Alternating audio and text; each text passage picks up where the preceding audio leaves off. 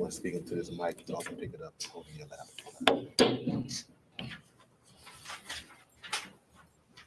Whenever you're ready, Mrs. Ripley. Thank you, Judge. Good morning. Could you please state your name for the record? Shannon Harris, And Ms. Harris, how old are you? 31. And back on January, or in January 2024, where did you live? But my mom resides with my mother, With your mother? Okay, who's your mom? Annette Harris, And without telling me the exact address, what street did you live on? Bedford. And do you have any children? Yes, How many kids do you have? 5. And do all your kids have the same dad? Yes, Who's their dad? Jarivs Butts. And do you see Jarvis Butts in the courtroom today? Yes, And can you point to him and tell me the color of the clothing that he's wearing? green, blue, whatever. Green. Green. Your Honor, would the record reflect the witnesses identified the defendant in this case? So reflected. Thank you, Judge. And you said your mom's name is Annette. Do you have any sisters? Yes, 2. What are their names? Kenyatta Harris and Marquita Harris. Are they older, younger, something else? Oh, there. Marquita is a twin. She's my twin, same age. And Kenyatta's older? Yes, Do you have any nieces or nephews? yes, Do you know someone named Neziah Harris? yes. What's your relationship to her?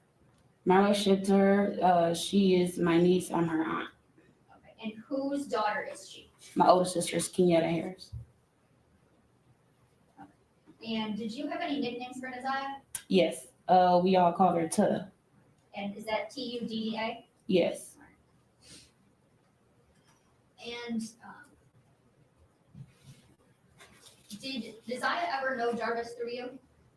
yes. And when did Neziah and Jarvis first meet? She was a little, like age 2. And can you kind of describe the relationship between Neziah and Jarvis? Should be just the uncle and the niece relationship, no more than that. How often would Jarvis be around, like at your house with you? He will call or say, can he come see the kids? Or the kids will ask him to see their dad. And he will come pull up either to my house where I used to live or at my mother's house. Would Hey, Neziah Sour be around? Patch. All the kids will be around. Okay. Yeah, just put your headphones in and just take a listen. We're going to be here all Would Neziah night. ever text Jarvis? From my knowledge, no, unless I will have her to text. But to your knowledge, you didn't know of any kind of separate outside relationship? No, Would there ever be times where, where did you know Jarvis Butts to work? pardon? Where did you know Jarvis Butts to work? Where did I know him to work at? Yes. He worked at 2 different locations. The first location would be on East Warren, and the other location would be on Grashford and Connor. And what were those locations?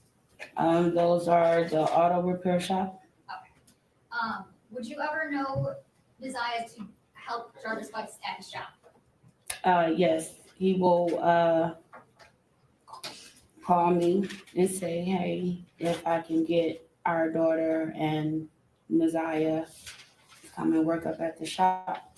And I would say, let me ask my mom first regarding Messiah. And which daughter of yours would that be? That would be my oldest, Janiyah. Would you ever know Neziah to go to Jarvis's shop alone? No.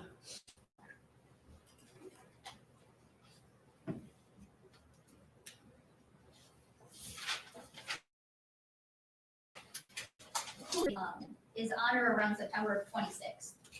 That's my my 4th oldest birthday. Do you recall a birthday party on September 26th of 2022? Yes. Okay. And was Jarvis there? No. Okay. and that would have been his son's birthday party? Yes. Were there ever times that you would text Jarvis off of a text now number? Only time I would text Jarvis off a text now number is if my phone is off. Other than that, no. And do you recall the numbers that you would text Jarvis from? Yes. Okay. And does a 586-510-5161 sound familiar? Yes. And what number is that? That used to be my old number. And is that number that you would text Jarvis from? Yes. And what about a 586-842-4504 That was the number before this number. before the 510 number? Correct. Okay. And is that a number you would also text Jarvis from? Correct.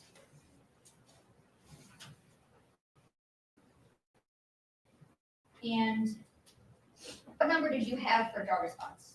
The 313-585-8719. And did you have any numbers for Messiah? It was a funny looking area code. The area code was a 231.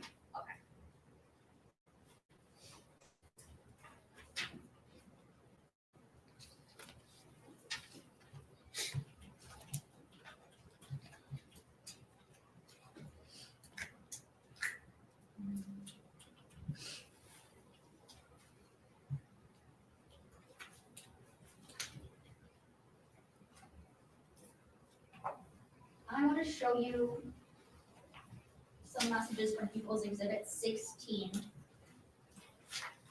and ask you some questions about them, okay? Okay. Brandon, may I approach? Yes.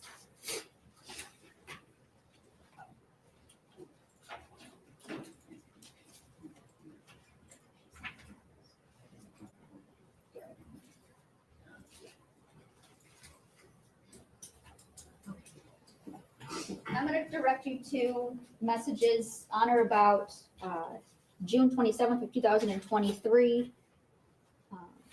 Do you recall those messages? Did you send any of those messages to Jarvis Bots? No. Okay. And do you know, I believe there's a phone number here that's highlighted. Whose phone number do you know that to be? Jarvis Butts. Okay. And you don't recall ever sending any of those messages? No. Okay. And now I want to direct you to messages from June 28th of 2023. How about any of these? Did you send any of these to Jarvis Bots? No.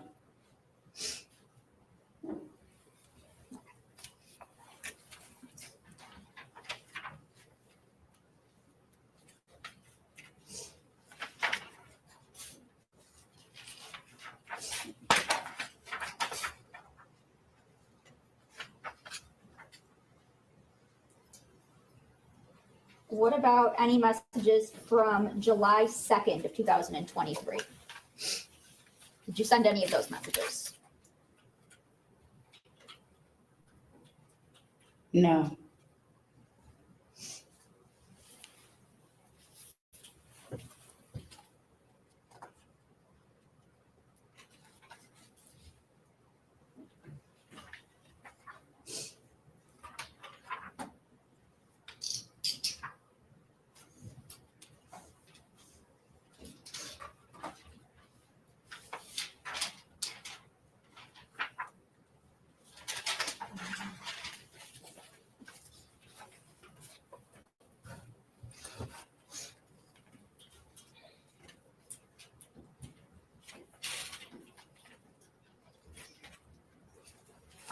What about messages from August 26th of 2023? Did you send any of those to Jarvis Butts?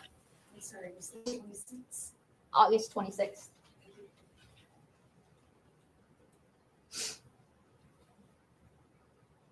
No. These aren't my messages.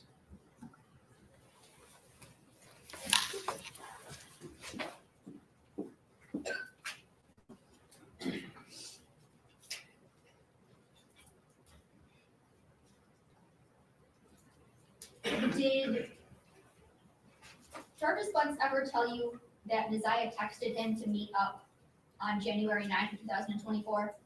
No,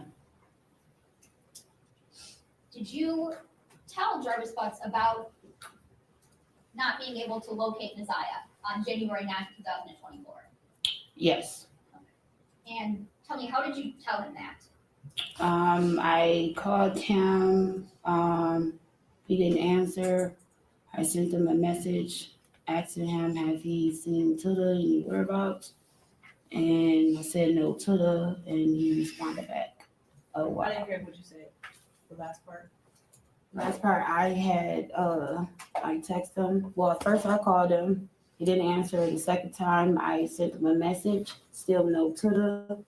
He replied back, oh wow. Okay, thank you. And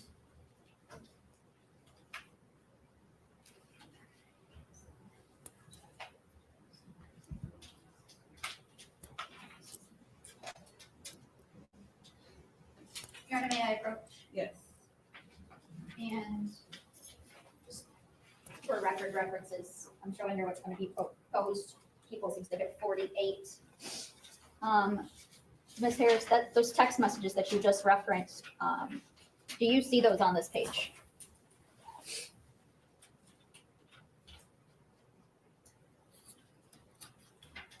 Yes, Okay. And so it's fair to say you stated to Mr. Butts, well, first of all, whose phone number is this at the top? the phone number is my old telephone number, Okay, and who is the phone number below that? Jarvis Butts. Okay. And is this, I guess, do these fairly inaccurately represent these two messages? 3, 4, 5, 6 messages sent between you and Mr. Butts on January 9th, 2024 through January 11th, 2024.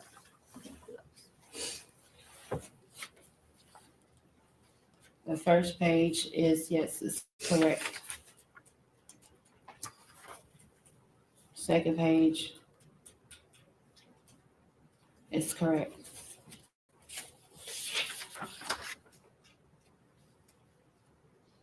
Yes, Okay. And so on January 9th, like you had indicated before, you had stated that you told him that there was still no Tuda. correct, Okay. And you said he responded, oh, wow. correct. Okay. And on January 11th, was Neziah still missing? Yes, Okay. And did you ask Mr. Butts to do something? At this point, I just asked that if she's going to read from the text message, just admit the exhibit. I You have an can. issue with moving to admit? No, Judge. Okay. Do these fairly inaccurately represent text messages between you and your phone to Jarvis and his phone between, well, they start back earlier. Some from December 3rd, 2023 through January 21st of 2024.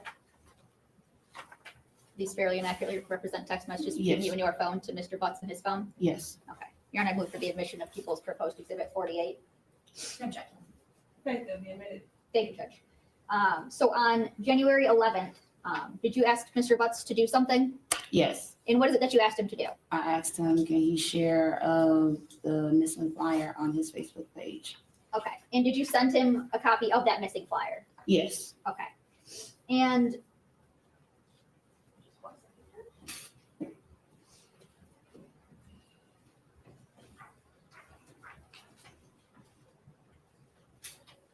to backtrack just a little bit, on December 3rd, 2023, do you recall sending messages asking Mr. Butts if he needed Neziah for anything? yes, I do remember. Okay. So do you remember this text on the first page of People's Exhibit 48? Yes, I do remember this message. Okay. And did you send that message? Yes. Okay. And what did the message say? Tuda said, do you still need her too? Okay. And do you know what is that referring to? It was, Tilla had asked me to contact Jarvis and see if he still needed them to clean up. Okay. And that would be to clean up his shop? Yes, And to fast forward, on January 21st of 2024, you sent some messages to Mr. Butts. Is that fair to say? yes. Okay. And can you read these last 3 messages? These last 3 messages is, to be honest, these messages I seen into the inbox to you, I really don't know what to believe anymore. Stay away, Ramon, I mean it. The next message is I don't know what to say or Tilla is on. Since this shit doesn't sit right with me, call it what you want. I'm good, period. It says, this for life. Nigga, I thought about it, and you can pass it.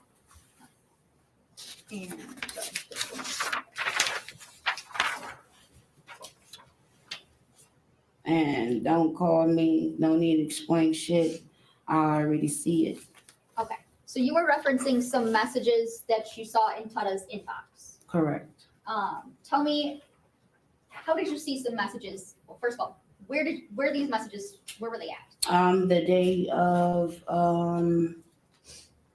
Officer Gardner came to pick up Nazia's tablet. My mom asked me to put it on the charger. I put it on the charger. Officer Gardner, after that, Officer Gardner called and said she's on her way. Hearsay. Without saying what. Okay, I'm sorry. The officer had called and said that they was on their way to come Still pick up hearsay? the tablet. Okay, Okay. So, sustain as far as hearsay. yes, thank you, Judge. Okay, continue. So before the tablet was picked up, I looked inside Tilla's tablet.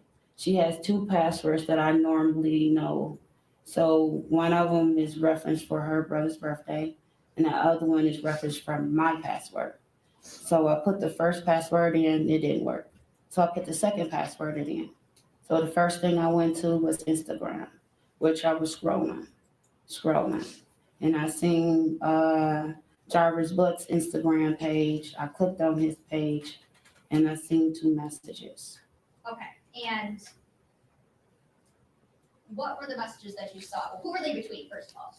Nazia, my niece, and Jarvis. Okay, and what were the messages that you seen? It was roughly 2 messages that I have seen that I can recall. States, I'm gonna object to this as hearsay. They have not been admitted, and the messages themselves would be the evidence. Were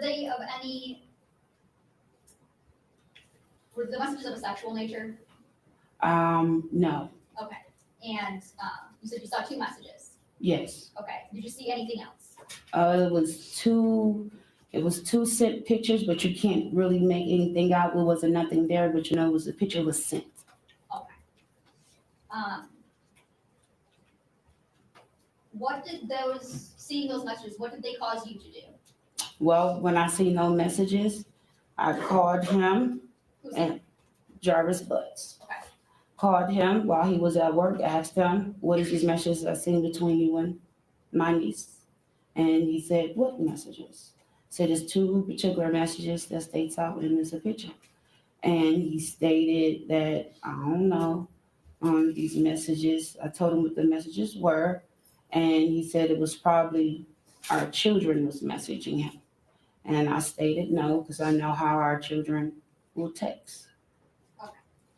And reading those messages, is that what caused you to text Mr. Butts, yes, Mr. Butts, in that you've seen the messages in the inbox and you don't really know what to believe anymore? correct. One second.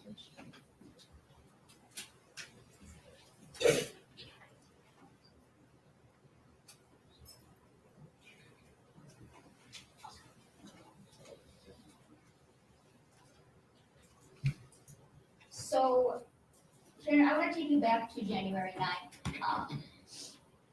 Were you home that day? Yes, Okay. And did you see Naziah that day? my senior that morning, correct. And do you remember what she was wearing at all? Her coat and her uniform at the time, she had on some blue jeans. I don't really recall the outfit. I just know the coat she had on. What was the coat that she had on? She had on, it was a 90s coat with all the characters on it. And you recall seeing her wearing that the morning of January 9th? Correct. And Your Honor, may I approach people's already admitted exhibit 2? Yes. I'm going to show you people's exhibit 2. Can you tell me, do you recognize a coat in this photo? Yes, And whose coat do you recognize that to be? Nazia's. Okay.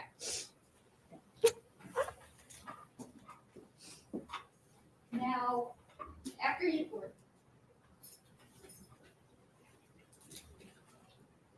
when you saw Naziah that morning, what did you do the rest of the morning? Nothing, I was at home with my mom and my 2 children. And do you ever leave the house at any point that day? No, I was at the house the whole entire day. And do you know what time Naziah would normally get home from school? On certain days, she will stay for after school, and then on certain days, she will come home. The days she will stay for after school is 6. And the days that she don't, is at 3 o'clock. Okay. And on January 9th, do you know if Naziah had the after-school program? Yes, at that time, my mom took her out of the after-school program. So she will come home directly at 3 o'clock.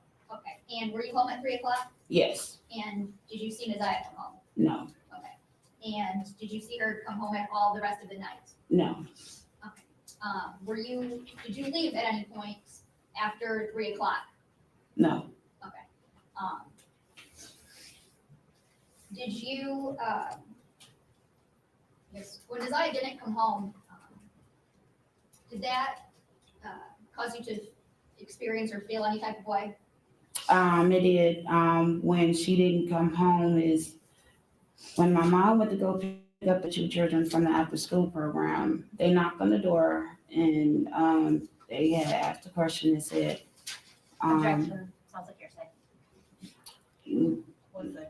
You have a response or? A question isn't hearsay technically. I think she said. It's just a question. I'm Yes. just getting ready to say a question. Okay, What finish was what the, you're saying. what was the question? that was asked? The 2 children had asked me, Mom said, did That's the hearsay. Mom- Naziah come home? The hearsay is mom said. Okay, so were you asked directly whether Naziah came home? So my mom was still in the car, I was inside the house. They was coming to the house, walking up to the door. When I opened the door, they asked me, Mom said, did Naziah come home? I said, no, And was Naziah home at all? no. Okay. And did you do any sort of looking for Naziah that night? Yes. What did you do? I called my twin sister. I called some of her friends that I know that stays close by. If they had seen Naziah, heard from Naziah and everything. And when I reached out to my sister, she said no. Her friend said no.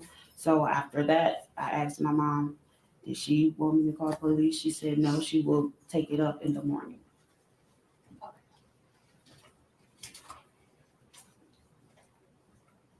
Just one second.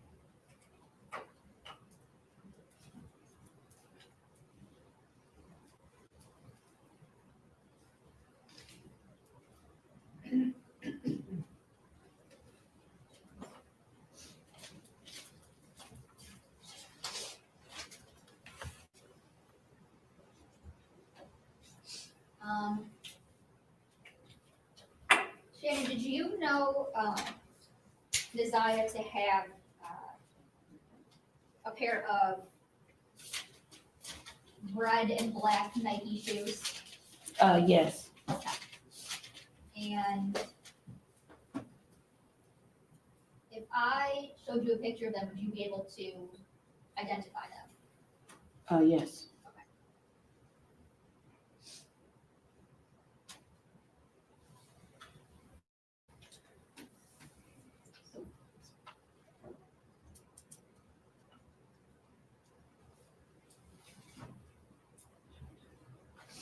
Commissioner, may I approach? Yes. And for the record, this is going to be from People's Proposed Exhibit 14, and it'll be picture 34. Do you recognize these shoes? Yes, that's a pair of shoes that my mom bought for to the birthday. Thank you.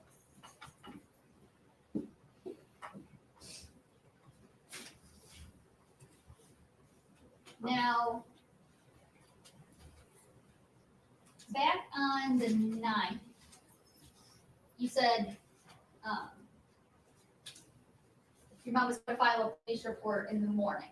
Correct. Okay. Did you go with her to file a police report in the morning? No, it was my oldest sister. Okay. Did you do anything on the 10th as it relates to trying to find Isaiah? Yes, we went out, I and some others went out to go get some pictures, made copies. We went to other stores, passed out flyers and everything that we need to do. Now, what was asked of us to do. Since January 9th, 2024, have you seen Isaiah? No. Have you, since January 9th, 2024, have you heard from Isaiah? No.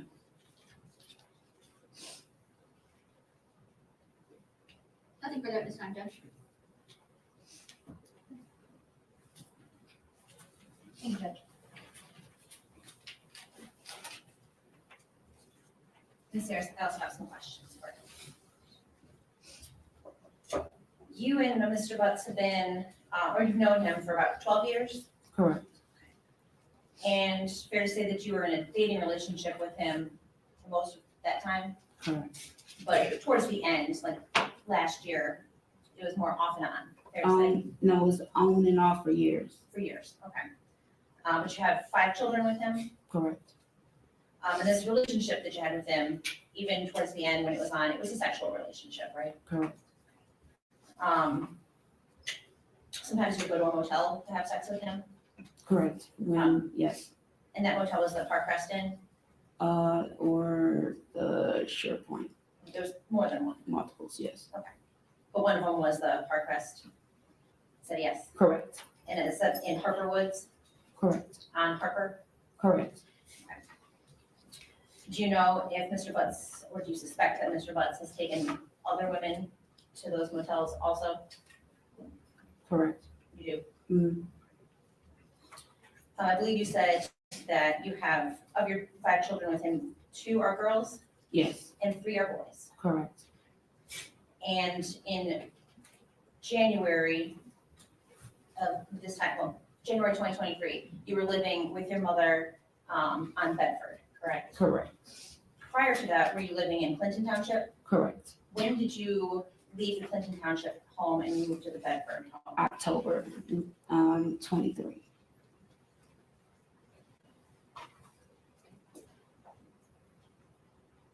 And so there were times when you were in Clinton Township that Mr. Butts would travel out there to see the kids. Correct. And then when you moved to the Bedford address, he would go to the Bedford address to see the kids. Correct. And then the Bedford address is when Messiah was also living there, correct? Correct.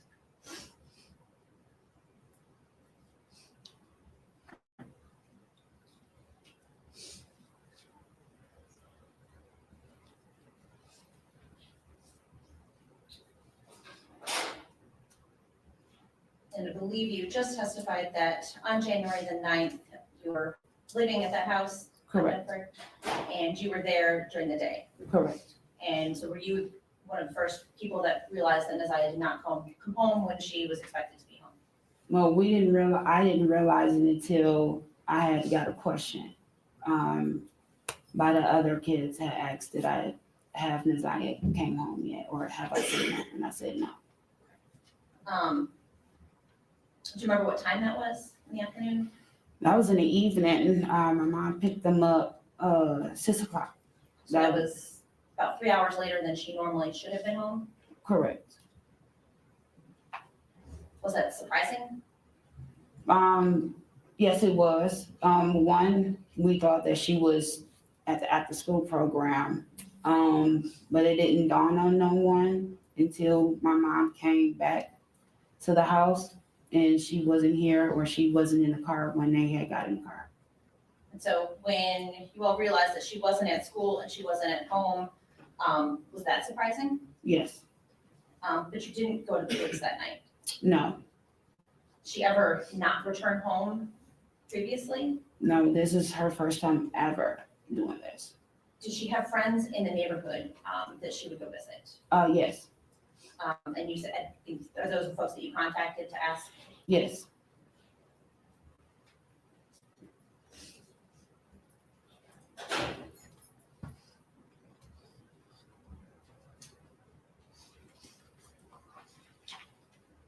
You were just shown a pair of red and black Nike shoes, right?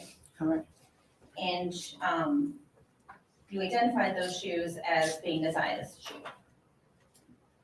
Is that correct? correct, It's a shoe that looks like the shoe that Nazia is wearing, correct? correct, correct, You can't say for sure that that Yes, exact sir. shoe came from Nazia, is that fair to say? correct.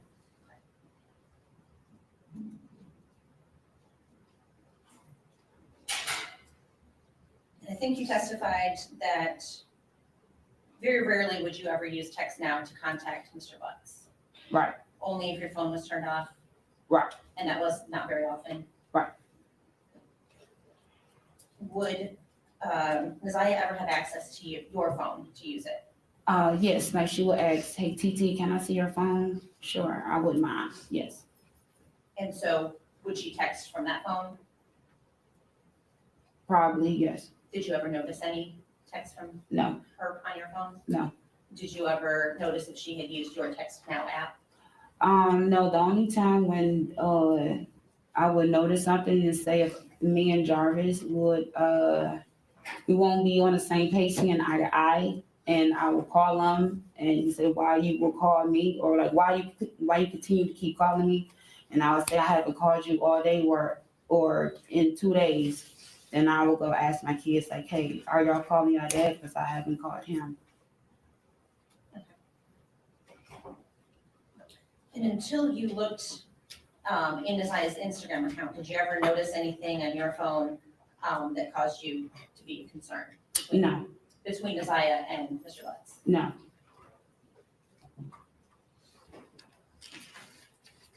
And Mr. Butts, we said would come to the house to see his kids. correct. He would drop them off at the house sometimes. He would take them places. Yes, He would pick Janiyah up from there.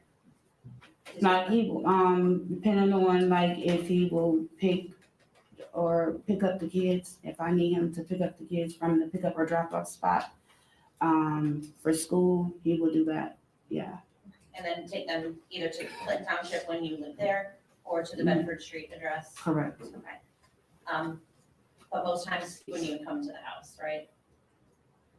He will come to the house, he will call me first before he will come. Would he come into the house physically? Or would he sit in his truck outside? 50%, he will sit in the car and wait till the kids come outside, or he will knock on the door. Would he be in the house for any length of time, Only if I'm inside the house, like you? yes, So you never knew a time that Mr. Butts would have been alone in the house with Nazia? No. You can't think of a time when he had been in the house and had gone down to the basement with her, no, or any other room in the house alone? no, Would Mr. Butts have ever been at that house if another adult, like you or your mother, weren't there? he will, what you said, Would Mr. Butts ever be at the house if you or your mother weren't there? no, it will be me or another person.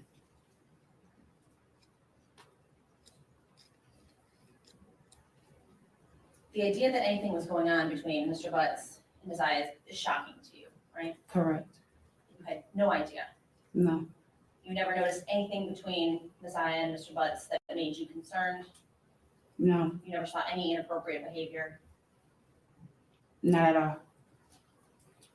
all, You didn't notice Mr. Butts paying any special attention to her?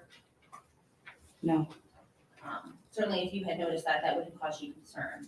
Yeah, it would have raised a whole bunch of red flags. Likely you wouldn't have invited him into the house, correct? Correct.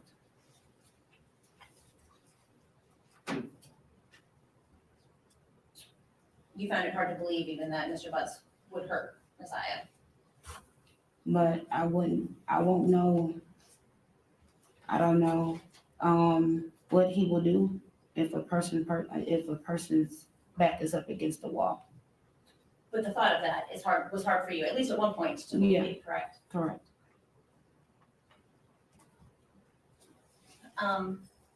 Now, during the time that you and Mr. Butts were together, he's had children with other women, Correct. pretty consistently with other women, Correct. more than one woman. Correct. Some of those women you actually knew about, correct? Correct. They lived kind of even in the same neighborhood on the east side. Correct. Did you suspect that there were women that you didn't know about? Correct. Even one that lived, or more than one that lived over on the west side? Somebody 23, January 2024. Correct.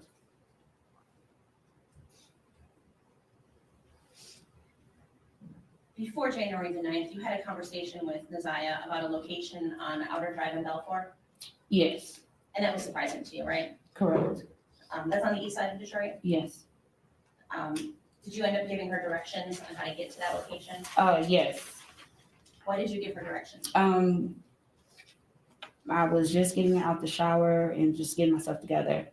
She asked me, she said, "Hey, Titi," she said, "where is Balfour and Honor Drive?" And I told her, I said, "You know exactly where Balfour and Honor Drive at."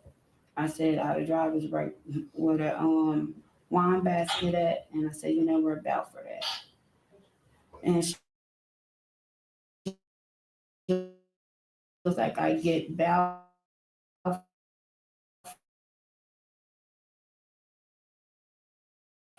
and Bedford mixed up." So I said, "Okay," but that was the only two things that she had asked, was where was Mata Drive and Balfour at. Does that location have any special significance to you? No, Do you know anybody at that location? no, the only thing that I'm used to, I'm familiarized with just picking up Jarvis, out of Drive and Balfour. It's just on a corner. On a corner, Mm-hmm. not at an address. Not on the dress. When was this conversation that you had about that location? Do you recall? This was right before Naziah went missing. Like how soon before? Weeks? Maybe it was still like in that same week she went missing.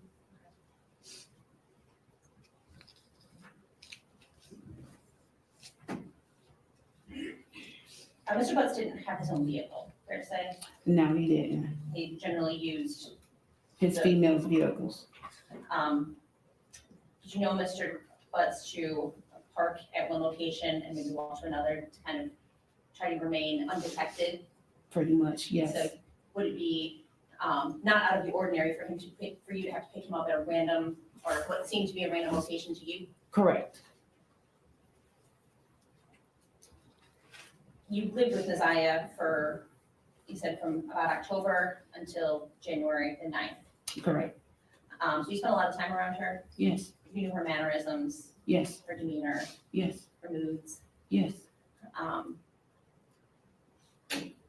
Did anything strike you as out of the ordinary about how she was acting at any point in time in December or January before she disappeared? No, Naziah, nothing have changed her character, none of that. She was just the same old Naziah. Nothing is different. Naziah has a brother, right? Yes. Is it an older brother? Yes. Now, he had run away in 2023, is that right? Yes. Objection relevant. How was it relevant? If it's something that had bothered her or something that she was dealing with at the time, could cause a change in her demeanor. Overruled. So she did have a brother that ran away, Correct. and was that something that she struggled with? She didn't like the fact that her brother was running away. Yes, he didn't like it. Around the same time, around the time, December, January, was her mother supposed to come visit, her biological mother? Yes. Did she end up coming to see Naziah? Yes. She did. Did Naziah seem to have some big emotions about that contact? Yes. It was complicated, fair to say? Yes. Did she talk to you about that? All the time.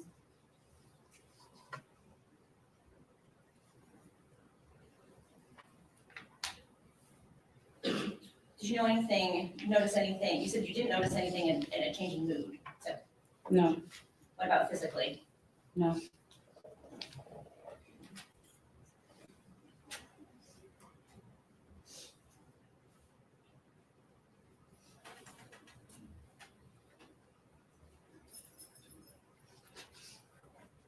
I don't have anything else, thank you. Redirect.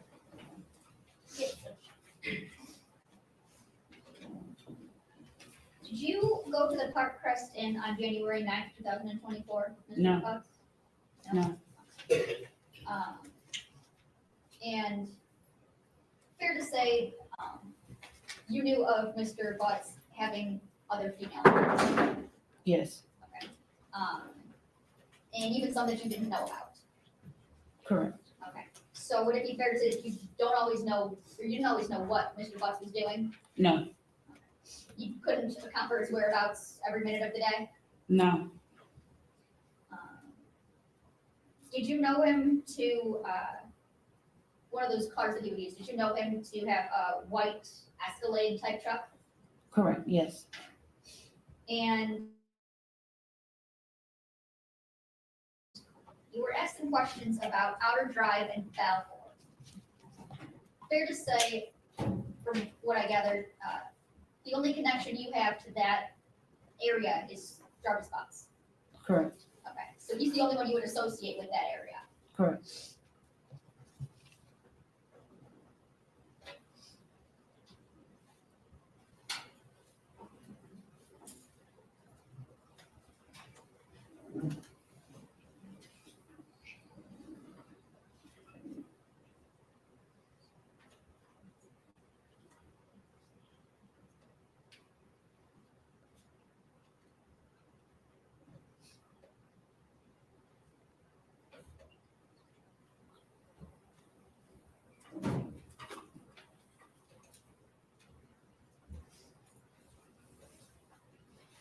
And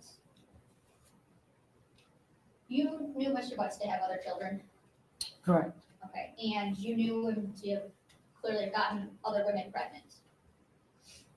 Correct. And to your knowledge, were all those women adults? To my knowledge, yes. Did he, to you, ever hide getting another woman pregnant? No.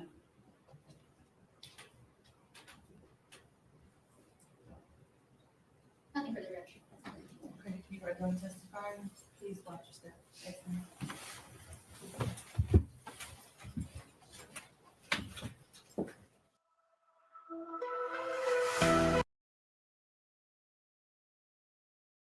Truth and nothing but the truth. Yes.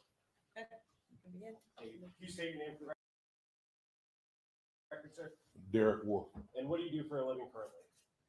I work at 36th District Court as the court officer. And how long have you worked at 36th District Court? 2 months. And prior to that, where did you work at? Detroit Public School Police Department. And how long did you in total work for the Detroit Public Schools? 17 and a half years.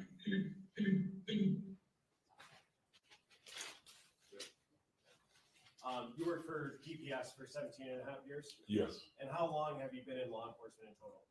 39 years. Before DPS, who did you work I for? retired from Detroit Police Department.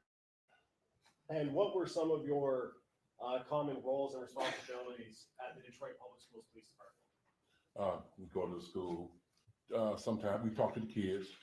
We take care of the building, take care of the principals, we take care of the family, and make sure everybody's about the law. And in January of 2024, what was your assignment at the DPS Police Department? I was assigned to investigations. And as part of that assignment, does that include going out and taking reports from people who are making police reports to the school police department? Yes, Okay. I want to direct your attention to January 10th, 2024. Did you go to J.E. Clark School in Detroit? yes. And what was the reason you went there, sir? I got sent there by my lieutenant about a missing 13-year-old young lady from the school. And when you went there, did you speak with someone who was making that report? Yes, Who was that person? I talked to her guardian, her grandmother, which is her guardian. And is that Annette Harris? Yes. And in terms of taking that report, what's that process like? I don't want to go into what anybody said to you, but what information are you looking for to gather to put into your report? Okay, I'm making a mystery report. So I asked Ms. Harris, when's the last time you seen her daughter? Her granddaughter. Description of what she have on. Has she ever been missing before? Does she have a boyfriend? Or she have friends she might go by the house and stay? Things of that sort. And did you ask Ms. Harris all of those questions and get her answers? Yes, And then did you write an actual report?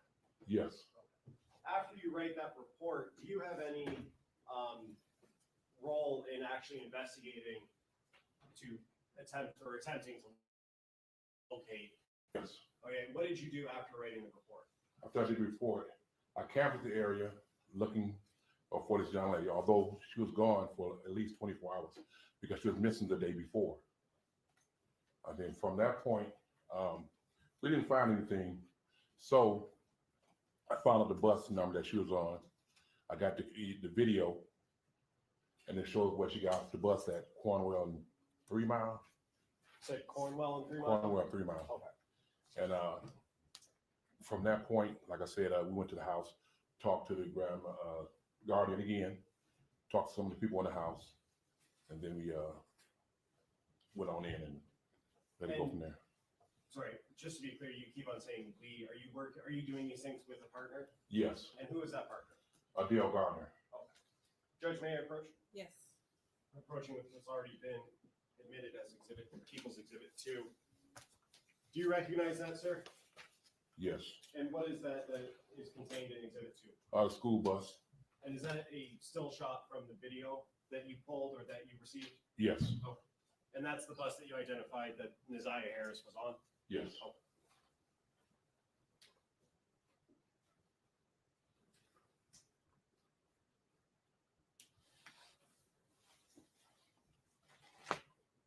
May I have one moment, Judge? Yes.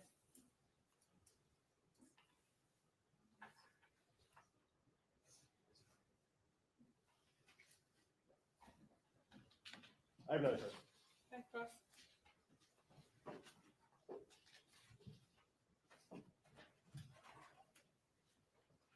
Good afternoon. Thank you.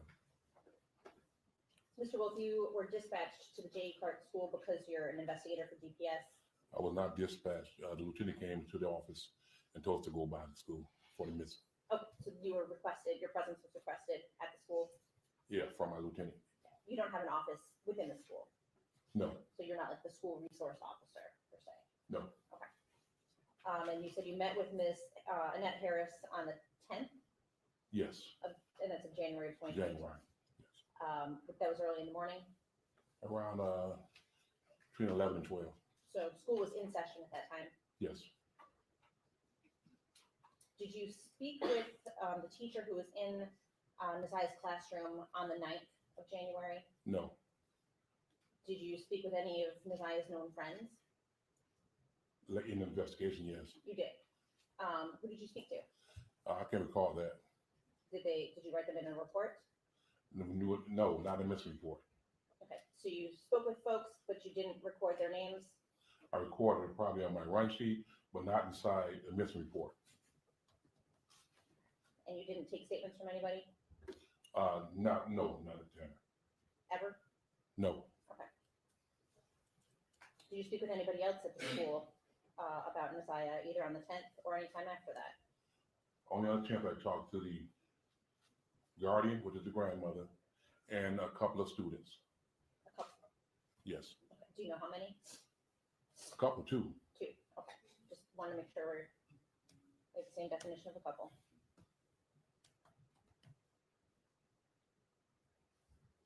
And you said you canvassed the area? Yes. What area did you canvass? The 3 Mile area, we all around there, checking the alleys, knocking on doors, seeing if we can get some video, doorbell, camera footage, things like that. 3 Mile, is that 3 Mile Drive? 3 Mile in Cornwall, that area. Okay, and that's where the bus stop was? Yes. Where Nasiah would have gotten off the bus? Anywhere else around the school? We checked around the schools. We checked on, matter of fact, on her street as well. We didn't find anything. In her classroom, does she have a locker or a cubby or anything where she stores items? I can answer that question. You don't know? I don't know. Fair to say then that you didn't check? I may have, but I can't recall right now because Is there it's been such a long time. Is there a report that documents whether you did or not? No. Okay.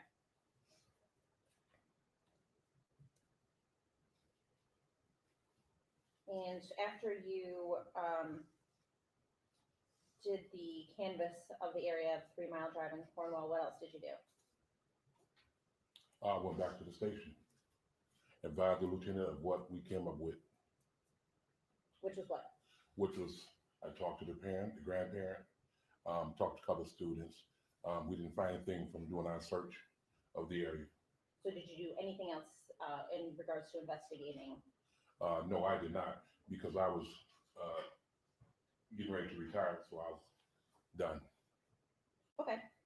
I don't have anything further. Any redirect? Very briefly, Judge. How long, you were first notified about this on the 10th, correct? Yes. And how long did you stay involved in the investigation?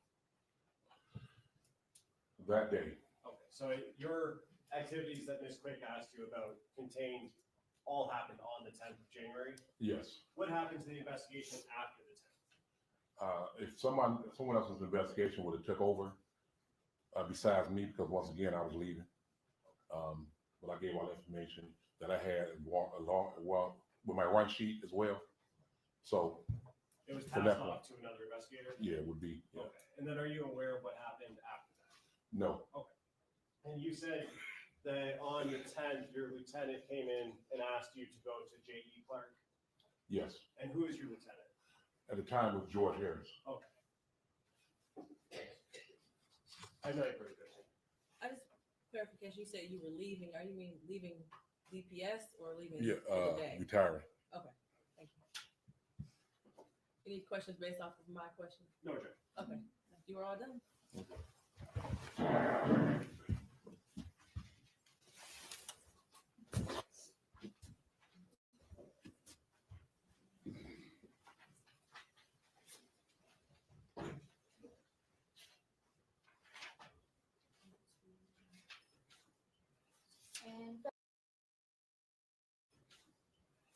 And Judge, at this time, people would call forensic tech Margaret Lavala.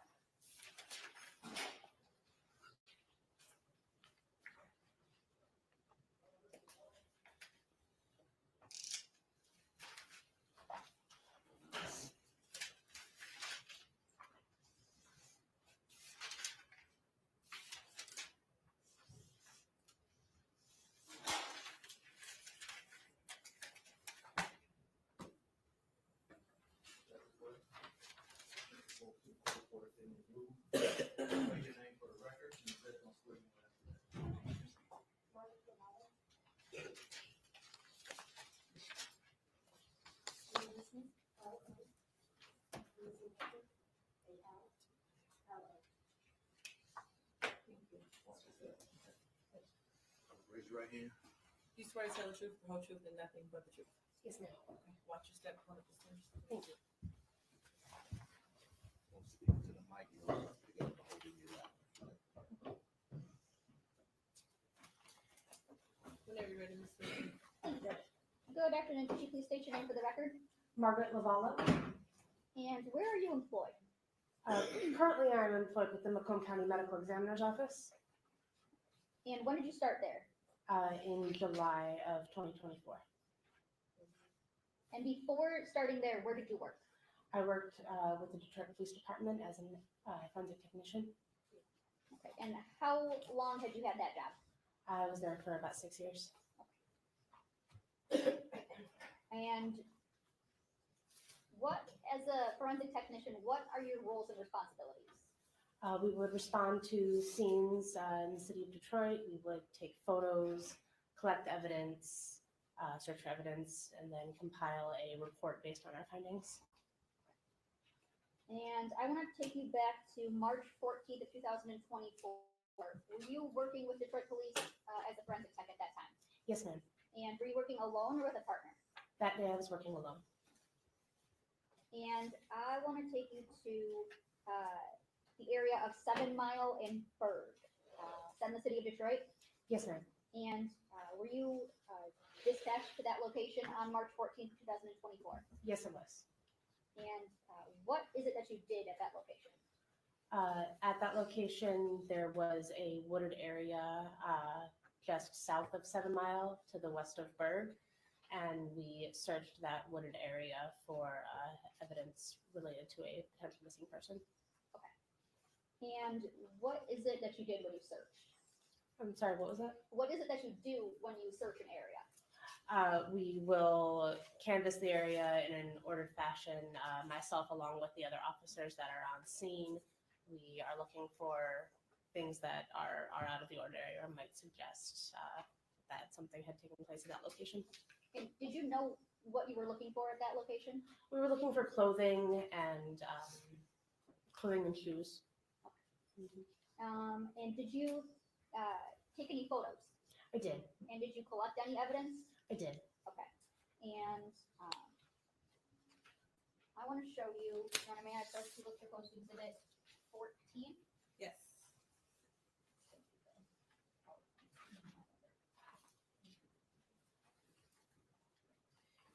Showing you the Market People's Proposed Exhibit 14, it's a PowerPoint. Could you tell me, do you recall going to this area? Yes, ma'am. And these photos, there are 129 of them. Do they fairly and accurately depict the scene of 7 Mile and Berg as you saw it that day, back on March 14th of 2024? Yes, we did. That's my recollection. And Your Honor, I move for the admission of People's Proposed Exhibit 14. No objection. Okay, there'll be a minute. Thank you.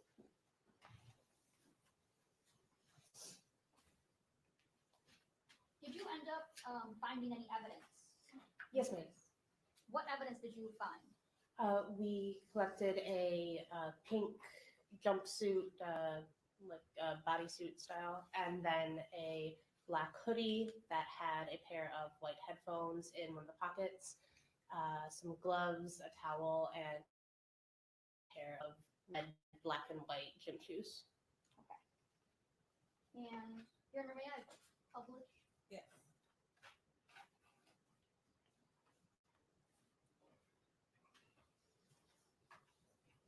Says you have to allow me. Okay, try.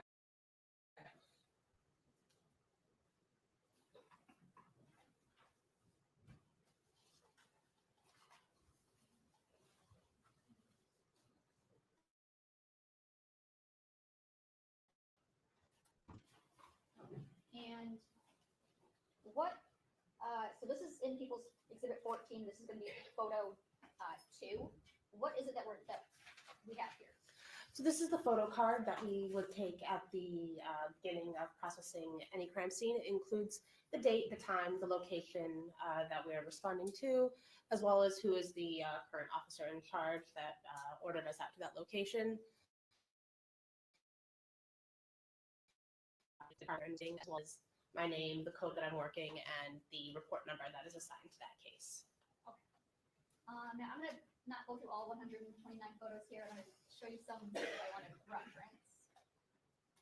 This is for record purposes, photo 30. What do we see here in photo 30? We are looking west down. So that fence on the left of the photograph is the fence for an abandoned building at the south end of a parking lot on the west side of Berg. We are looking west towards the Rouge River into that wooded area. You can see what is that pink jumpsuit in the background of the photograph. And in 33, what do we see here? That is one of the black, red, and white gym shoes that we collected from the wooded area that I had previously stated. And would it be fair to say that that's a left foot shoe? Yes. And in picture 35, what do we have here? That was a photograph of the inside of the shoe, of the size tag. And in 37, what do we see here? Again, we are still looking in that wooded area. That is the black jacket that was collected. It is towards the front of the photograph, kind of behind that tree branch. And in 42, That was a close-up of the black hooded jacket that we recovered. okay. And would it be fair to say that you opened up the jacket, or was this how you saw it? We did open up the jacket to examine it, yes. And in 45, what's in 45?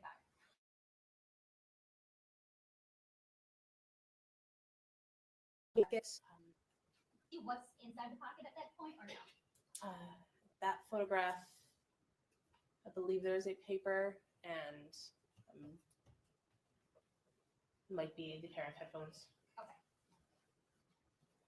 And in 47, what are Yes. we looking at there? So yes, that is the paper and the pair of headphones that was recovered from that pocket. In 50, So that is going to be the hood of that hooded jacket. We noted that there are several holes in the jacket of unknown origin.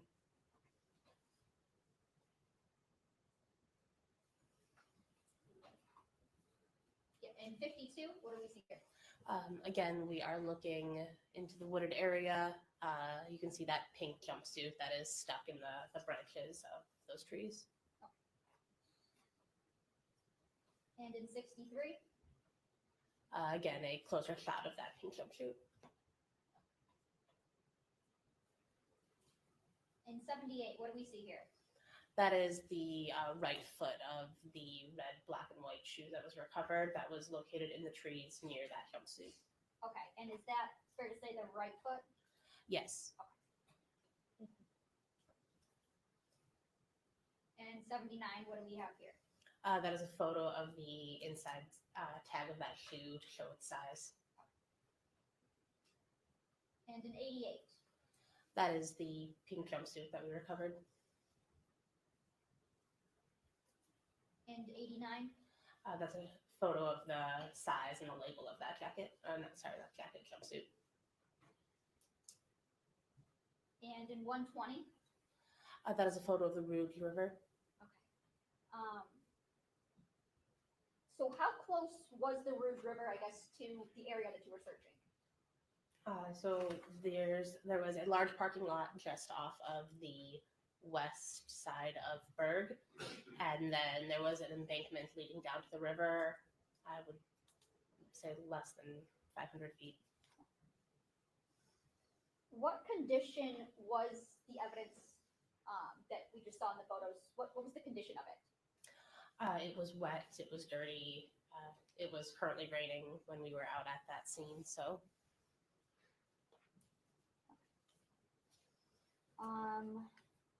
What did you do with the evidence once you photographed it?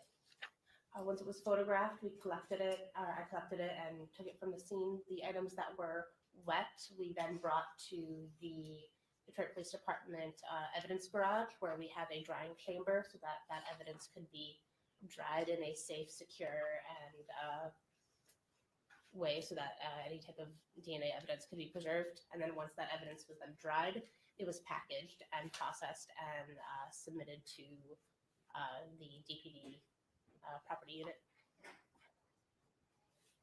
And you would have been the one who placed those items in the drying chamber?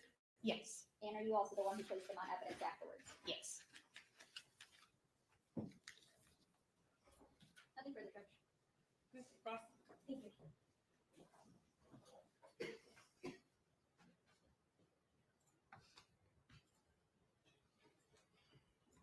Good afternoon. Afternoon. So I believe you said that it was raining on the day that you were dispatched out to this location at the site. That is correct. Had it been raining most of the morning? To the best of my recollection. When you were dispatched out by somebody at DPD, That is correct. when you arrived at this site, were there already people on scene? Yes, ma'am. How many people would you say?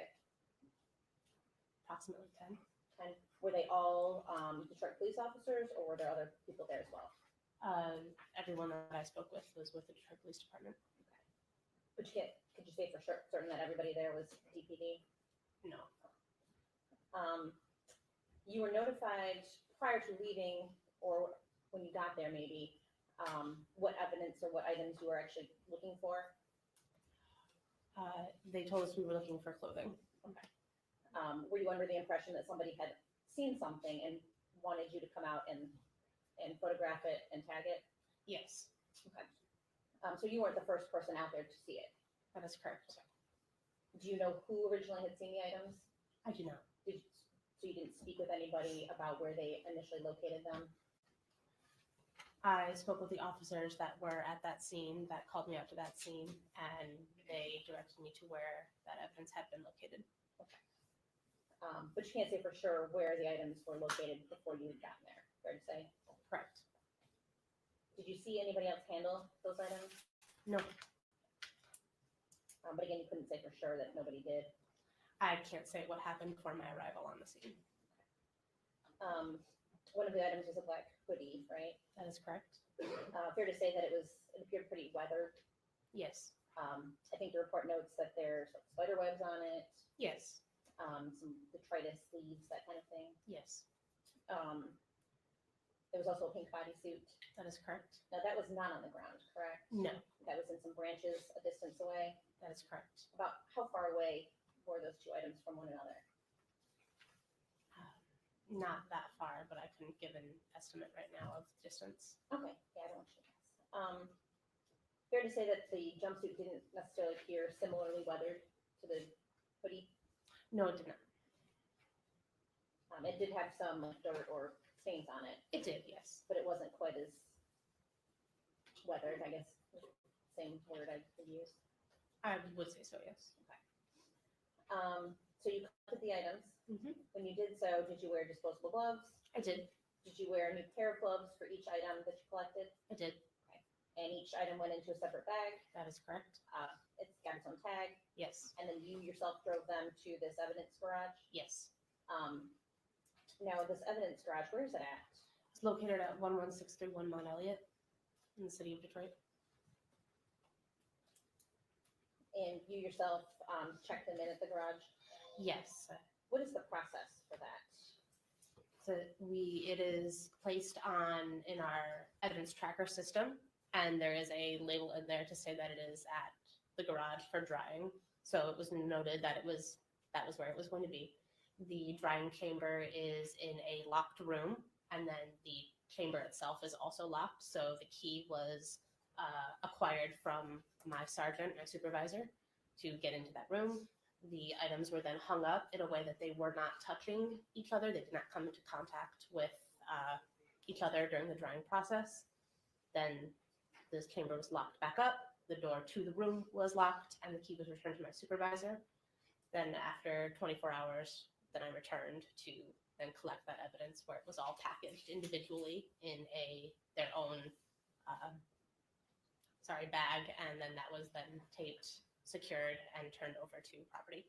And you did all that yourself? Yes, ma'am. So when you took each of the took each of the items out of their respective bags, again, did you wear disposable gloves? Yes, ma'am. Did you change those gloves every time you handled a different piece of evidence? Yes, ma'am.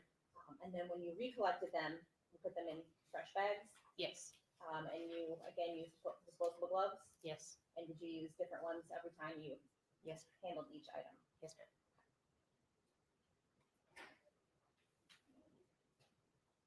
Don't have anything else, thank you. Briefly. Ms. Lavala, when you placed these items on evidence, are they each given like a specific evidence tag number? Yes, Okay, and could we just go through those really quickly? Do you have a report? I do. Okay, if you need to refresh your memory at all, please let me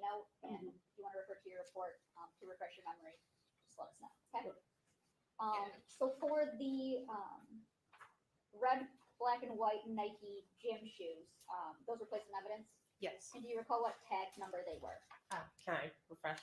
If that would refresh your memory, yes. So those were item 84. Okay, and that black hoodie, that was also placed in evidence? Sorry, if I check again to refresh. Yes. The black hoodie was item 85. And what about that pink bodysuit? That was going to be item 86. Okay. And the headphones and paper, did you package those separately or together? Can I refresh my report? Look at my report. If that would refresh your memory. So the headphones and paper were packaged together because they came from the same pocket under item 88. 88? Okay. And there were a couple other items that you also placed in evidence? That is correct. Okay. What were the other items? There was a pair of gloves that was recovered from the wooded area as well, and a brown, blue, gray towel. It was a dirty towel, a dirty wet towel from near the parking lot. Okay. And did you place that towel on evidence? Yes. What number did you place that on? May I refresh? Yes. So the towel was 82. Okay. And what about those gloves you were talking about? The gloves were 83. Was there any other items? There was like a Ziploc bag that was recovered from the other jacket pocket that was placed under item 89. Okay. And anything else? Not to my recollection. Okay. Was there any kind of rubber bracelet? Oh, sorry. Yes, there was a rubber bracelet that was recovered from that wooded area as well. Okay. And was that on evidence also? Yes, ma'am. Okay. And what was that placed on? May I refresh? If it would refresh your memory, yes. Thank you. That was item number 87.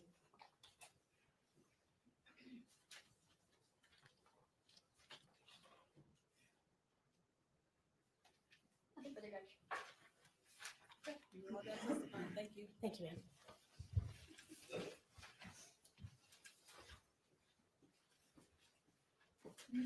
Next witness. At this time, people would call Talisha Moore.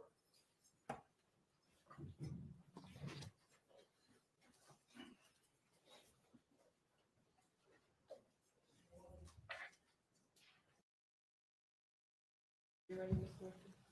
Thank you, Judge. Go speak to the mic if you want to hold it to the left.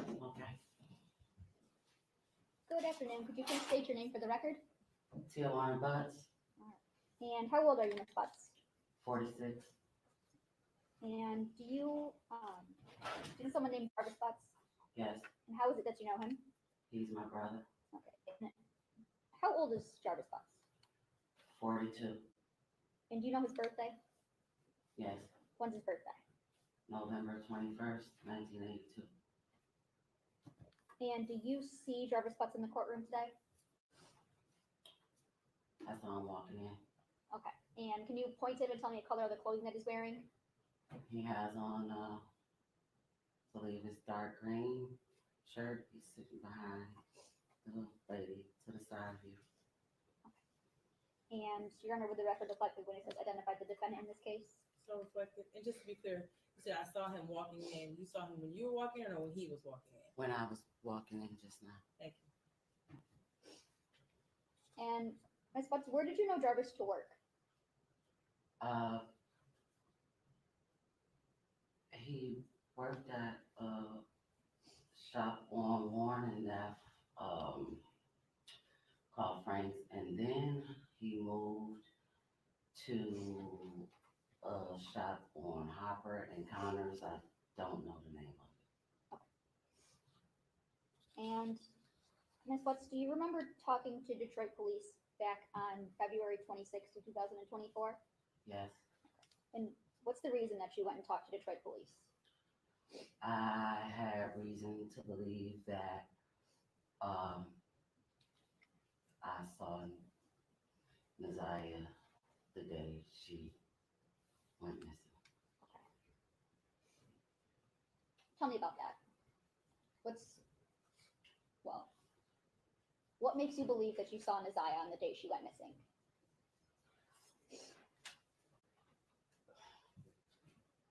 Where do you want me to start? It's a lot.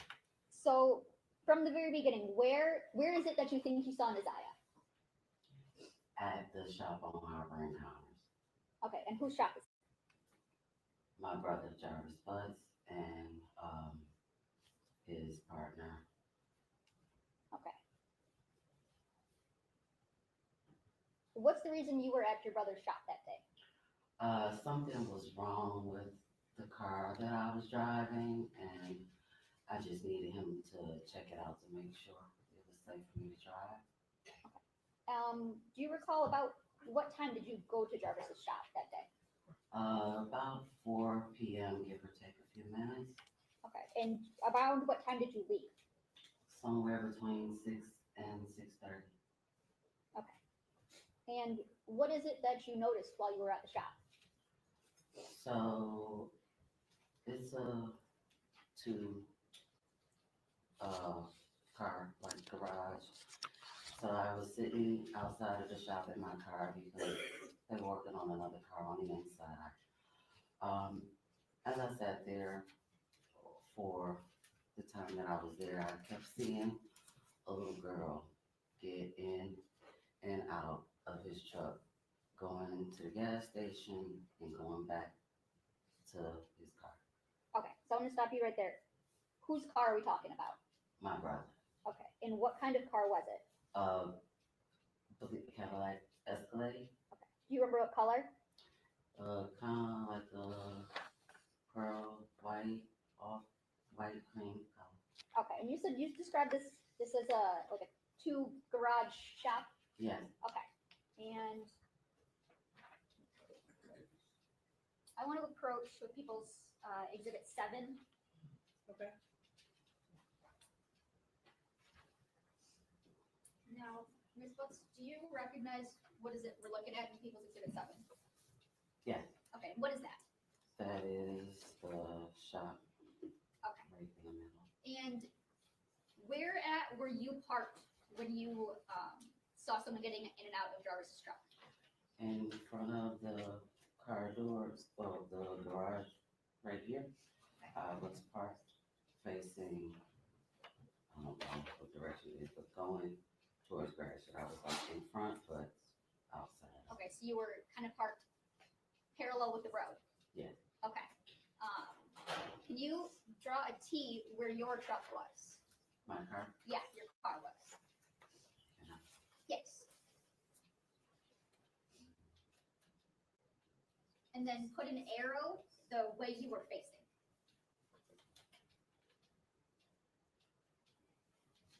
And where is it that Jarvis's truck was? Just put a J where Jarvis's truck was. And what way was his truck facing? It was facing my direction, so the front was Towards you. Okay, so put an arrow for that direction. Okay.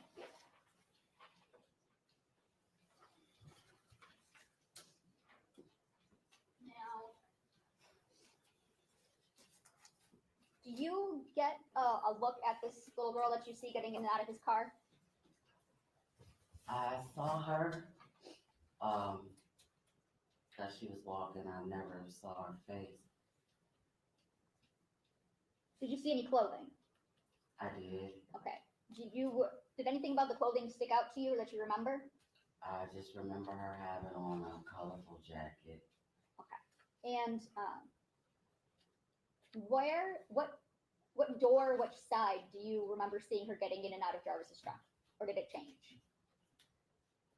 I don't really remember. Okay, that's okay. So you said you mostly remember a jacket, a colorful jacket.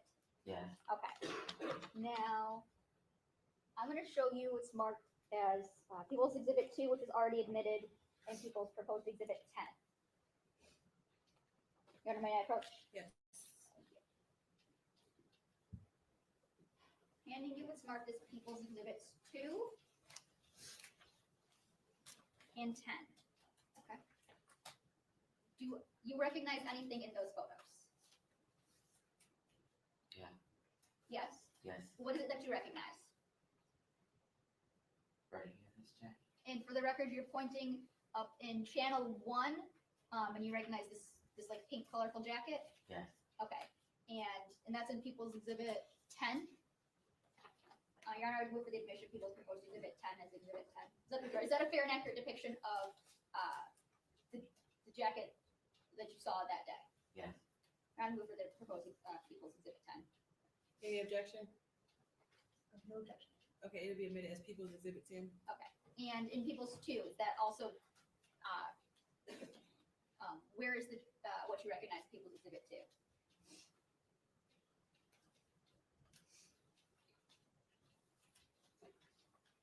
looks like, channel 2 here maybe? Okay, facing the back? Yeah. Okay. And you recognize the jacket in this photo too, right? Yes. It's a little blurry, but it looks the same. Okay. And what about in channel 1 of Exhibit 2? It would be this one right here. Okay, and it's fair to say that's the back of a jacket? It seems to be the back of a jacket? Okay, thank you. And you said that you saw this little girl with this jacket on getting in and out, going into the gas station? Yes, Okay. Did you know who this little girl was at the time? no, Okay. Is there a time that you ever get out of your car? yes. And what do you do? I needed to use the restroom, so I asked his partner, if I could use the restroom. He told me to go and tell him in the gas station. And as I was walking towards the gas station, she was walking in front of me going into the gas station. Okay. So about how far in front of you was she? I would say maybe where the gentleman in the gray blazer is behind you. Maybe a little bit farther, I'm not really sure about that distance. From where you are to him? Yeah. Okay.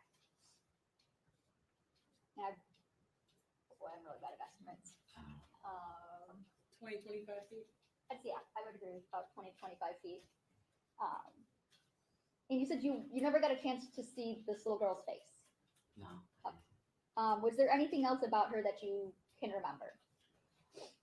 I just remember her being kind of small, like outside of just seeing her get in and out of the car.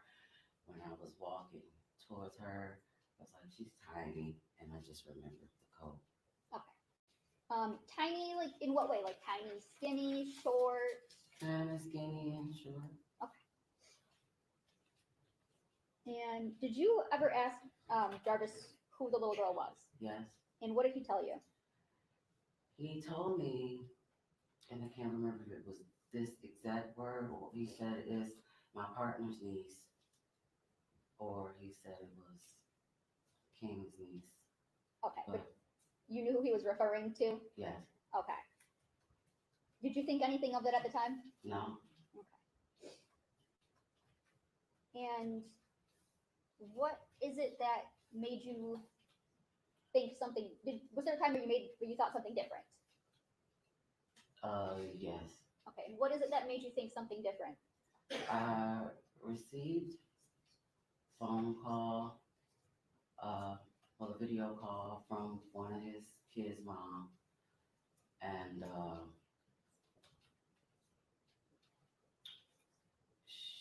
she told me about some things that happened on Valentine's Day, and then she sent me a video of a podcast about my brother.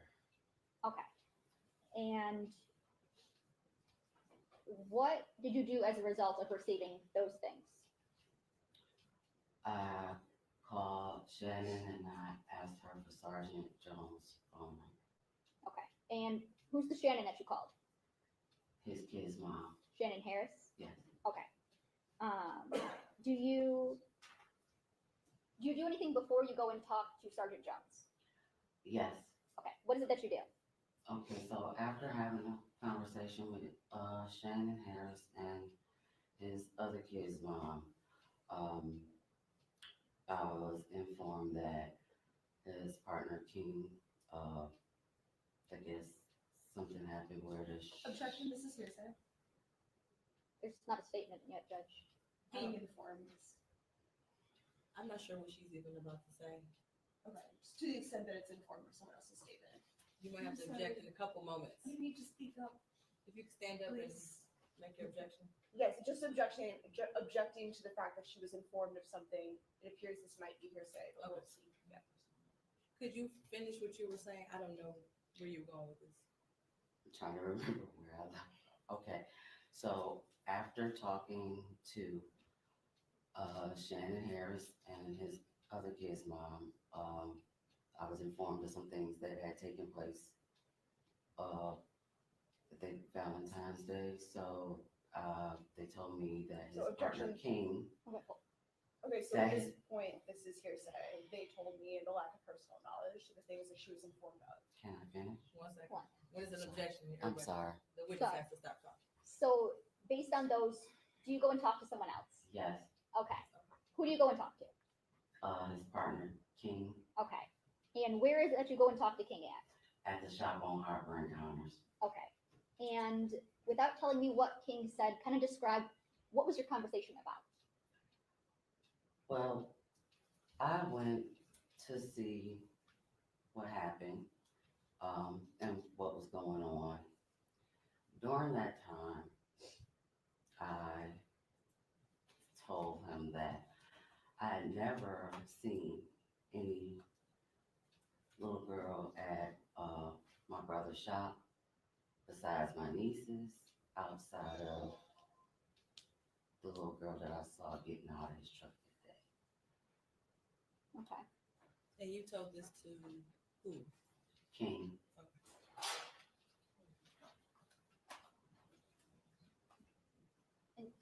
Who is King again? his business partner. Okay. And do you know his government name? I believe it's Cordero or something like that. I just always call him King. So you went and told him that you hadn't seen anyone out at the shop besides your nieces and then the one little girl you saw that one day. Yes. Okay. Did you ask him about that little girl? Well, I didn't ask him about it. After I said that to him, he told me. Objection, Your Honor, this is gonna be hearsay again. Judge, it's gonna go to the effect of on the listening. There could be an exception. I don't know what she's saying. So you might as well just stay standing up. Go ahead, say what you were gonna say.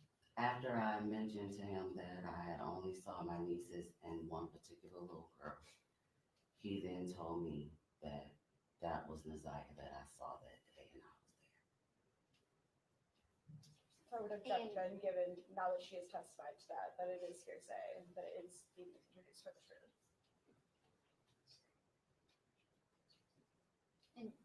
Judge, I would say that it's actually a statement of identification.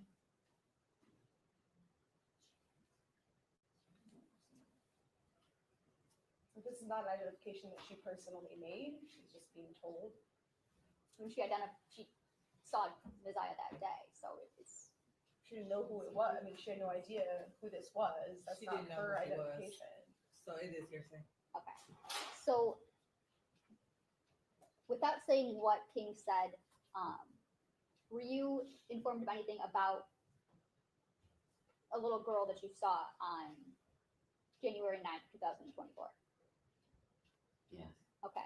And to your knowledge, Jarvis had told you that that was King's niece. Yes. Okay. And when you talked to King, did you have reason to not believe what Jarvis told you? Yes. Okay. Do you know your nieces from Jarvis? That is a poorly worded question. I am sorry. If that was your niece, would you have recognized her that day? Yes, Okay. And you did not recognize this little girl as your niece, did you? no, Okay.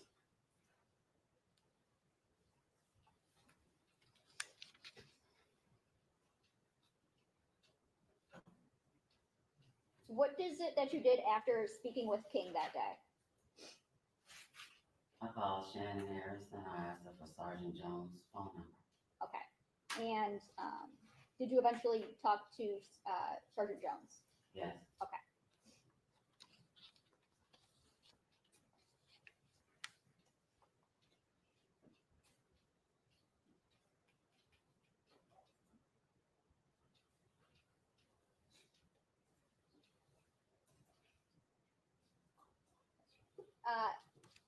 Sorry about that. What day was it that you went to the shop and saw the little girl?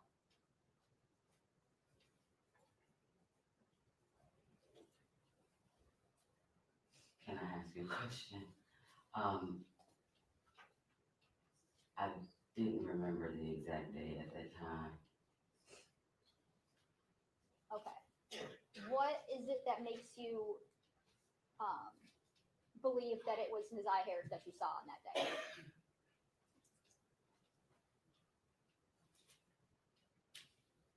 I'm not quite sure how to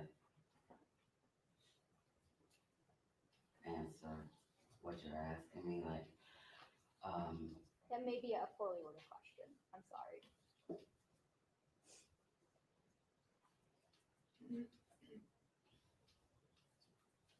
Can I just have 1 second, Judge? Yes.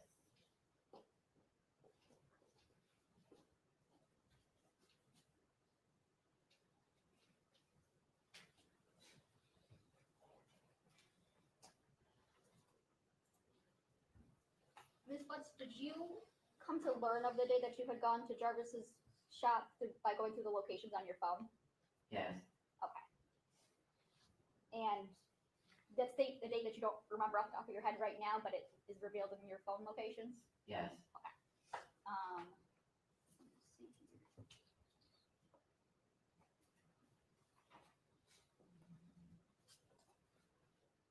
One second, let me get her finder.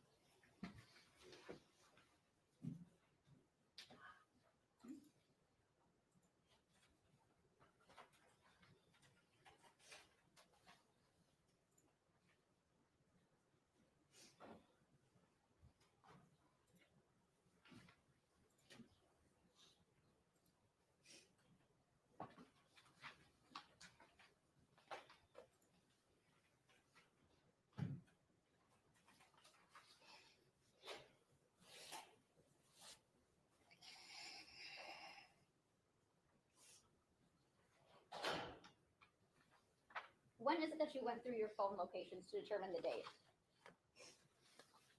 Oh, I'm sorry, do you need a moment?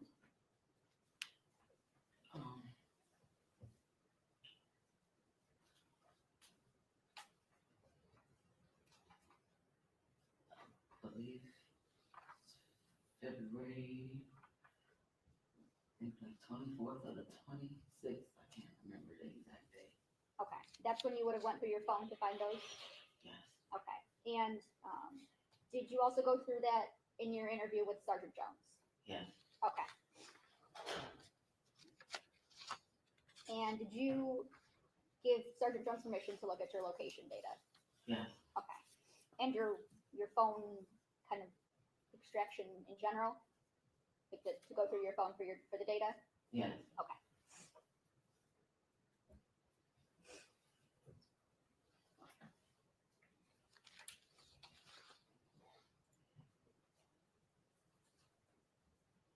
Nothing else, Judge.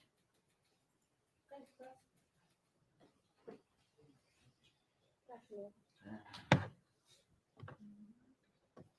So you go to the shop where your brother works periodically, right?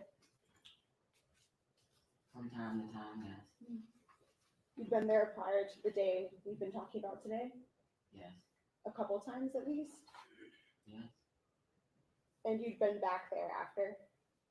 yes. But the day we've been talking about, that's the only time you ever saw a child there? That was the only time I saw a child I didn't recognize. Okay, so you had seen other children there before? Yes, Okay, when you say that you recognize, these are who exactly? my usually? nieces, And when you first arrived at the shop that day, Jarvis told you that he wasn't going to be able to work on your car? no, No? Did you ask him if he'd be able to? Judge, I think this calls for hearsay. They can't admit statements of the defendant. I'm looking more so for her own statement, actually. For her Let's what? start with her own statement. Okay. Did you ask him right away if he would be able to work on your car I talked to him prior to coming to the shop. before you arrived? You asked if he could work on your car that day? I asked him to look at my car that day. Okay. Did you arrive at the shop with the understanding that he would or would not be able to? I arrived at the shop knowing that he was going to look at my car. Okay. One moment.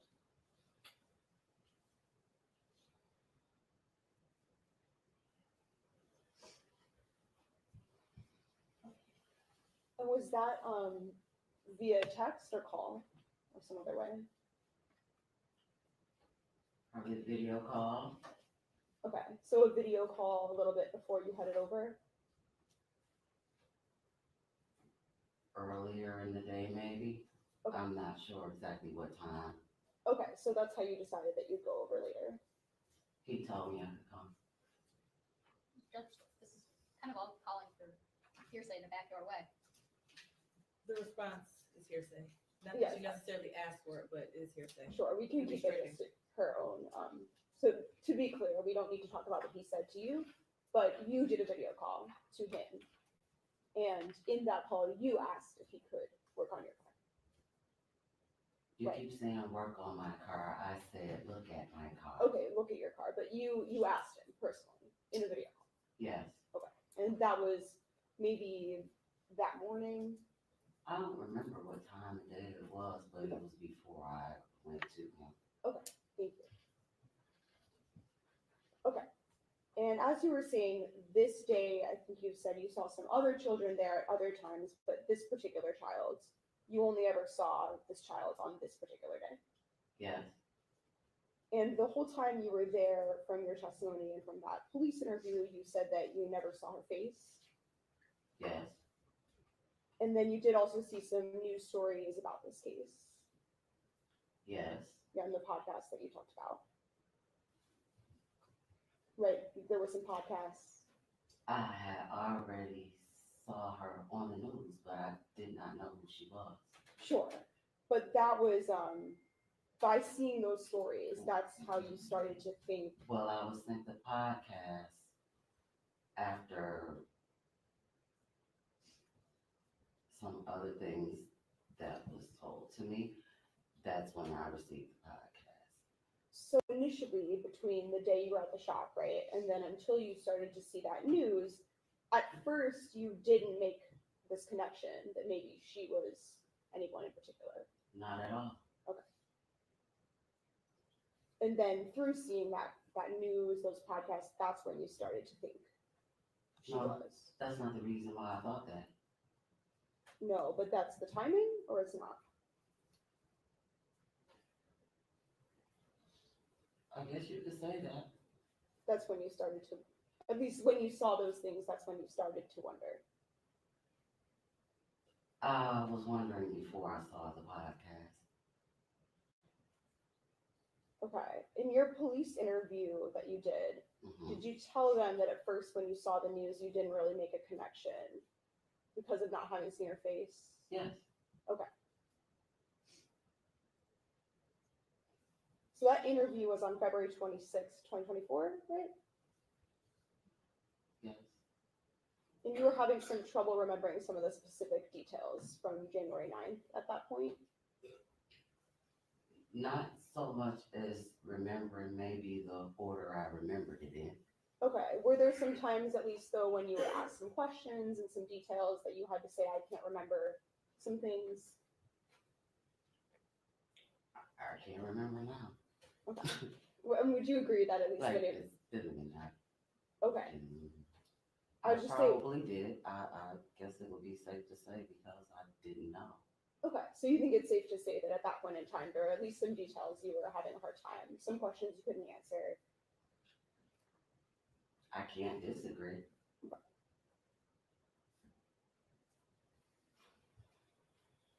And it was pretty close in time, shortly before that police interview, that was when you first started to think that maybe this girl you'd seen at the shop had been Messiah Harris. Can you repeat that? So the first time you started to think that maybe that child, the one you saw, maybe that was Messiah Harris, that was pretty close in time to the police interview. Maybe about a week or so before. Okay, I believe, does it sound right to you that I think you told the police that it was on the Thursday prior to the interview? Whatever the Thursday was after Valentine's Day. Okay, so probably February 22nd. That was the Thursday prior to your interview. Okay. And then when you were at the shop, you primarily saw this child while she was inside a truck, right? I didn't know it was a child in the truck until she kept getting out. Okay, but when you saw her, she was in a truck? I saw her getting out the truck, yes. And were you inside your vehicle? Yes, You arrived in the daylight, right? yes, And that's, I think, what you're referring to, right? Initially, that's when you didn't yet know somebody was in the truck.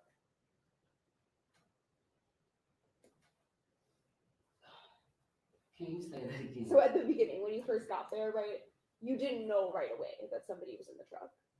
No, I didn't. I think you had said before, because it was so light outside, it was a bit difficult to see into the truck. I wasn't really paying attention to his truck. He was outside of it. Sure.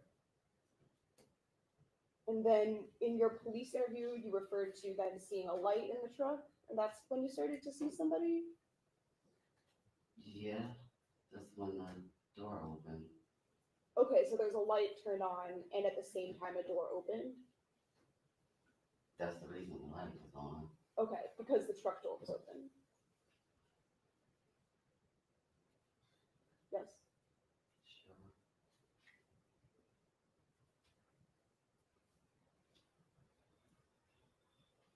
And you said that you saw a couple different times her go back and forth to the gas station? Yes, And only one of those different times you were on your way to the gas station as well.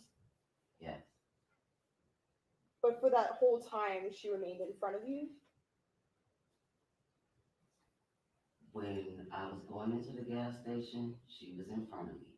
When I walked into the gas station, she went to the left, I went straight, and over to the right. For that walk over to the gas station, was it getting dark at that point? It was already dark. Okay.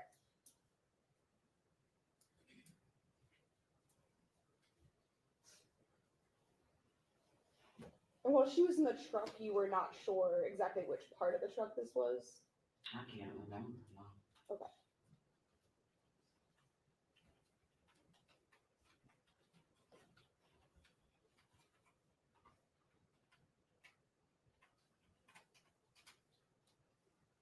So you understood initially that when you arrived, you'd probably have to wait at the shop sometime? Yes, I think you referred to just one other car he worked on first. Is that all there was before you? it was actually another vehicle out there, but I don't pay my brother to work on my car, so I had to wait until he was done making his money. So Sure. I waited. Sure. So do you know how many cars he worked on before he got to you? I don't remember. Okay. Do you know if there were any other customers present in person? I did see someone, I can't remember what kind of car it was in, but it was, I believe, a gentleman. that needed to pull into the garage because Jarvis asked me to move my car out the way because I was blocking the garage, so, yes. Was this someone you recognized at all?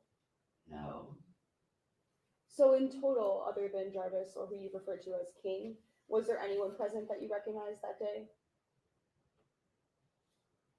no, just King and my brother. So as you said, the sun set while you were there. Do you know about how long it was light out before it got dark? Well, I got there about 4 o'clock. It didn't take long for it to get dark. I don't remember the exact time, but it got dark pretty fast. Okay, and then other than when you went to the gas station, were you always at the shop? What do you mean? So I'm did you sorry. go anywhere else? No, I never left. All I did was move my car when he asked me to move my car. And once the driveway was clear, I back where I was. I didn't go anywhere else. Okay. And when you were present, not going to the gas station, were you always inside your vehicle? Yes, Were your doors open or closed? closed. Okay, and were your windows up or down? They were up unless I asked him something. Okay, so sometimes if you needed to communicate, you just open the window. Or I would call him, yeah. Yes. And you were saying today that at one point you did speak to Jarvis about who this girl was. Yes. And when you were talking to the police about this, you had said that you weren't sure exactly what his response was. What I said was I wasn't sure of the word. Sure, that's what I mean. That Okay. You told the police, right, that it might have been King's niece, or maybe he said it's my homeboy's niece. He said it was his partner or King's niece, but he definitely said it was someone else's niece. Okay, I think does it sound right to you that you used the term homeboy's niece with the police? I probably did. Okay. That's all it's saying to me. And then that's what you continued to think at first, right? At first, you just believed that it was someone else's niece. Yeah, Specifically, you thought it was probably King's niece, that's what I was told. which I think as we established, right, King is the same person as Cordell, right? Yes. And then after that, you would listen to some of these podcasts and to the news. I listened to his kid's mother, and then I watched the podcast. Okay, so those are some things that happened. Yes. And then once you started to have this different information you were gathering, then you kind of started to look into it for yourself, Yes. do some of your own investigation. Yes. And then at one point following that, that's when you decided to go back to the shop Yes. to speak to Cordell Yes. and to discuss some of these things you've been learning with him. Yes. You and Jarvis are not particularly close. I wouldn't say that we're really distant. I don't see him every day. I don't talk to him every day, but he's my brother. Okay. He's your brother, but you don't have a very close relationship, or?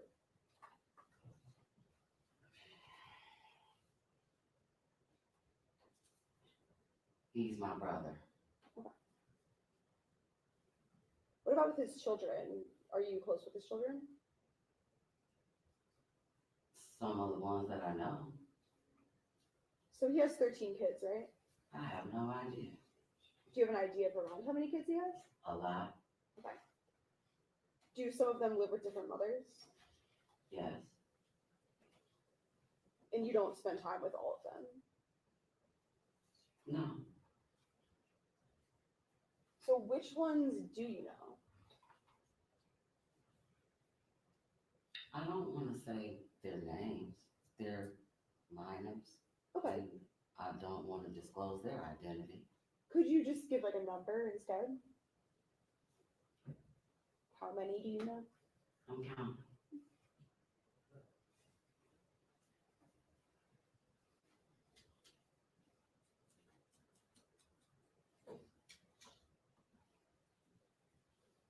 About 8.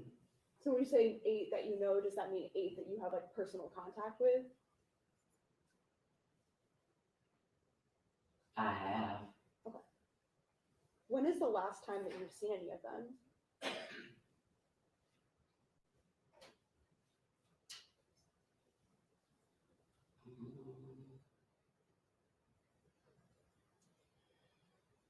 About 2 months ago. Were you and Jarvis raised by your grandmother? For the most part. And were there some events surrounding her death that related to your relationship with Jarvis that impacted some things? No.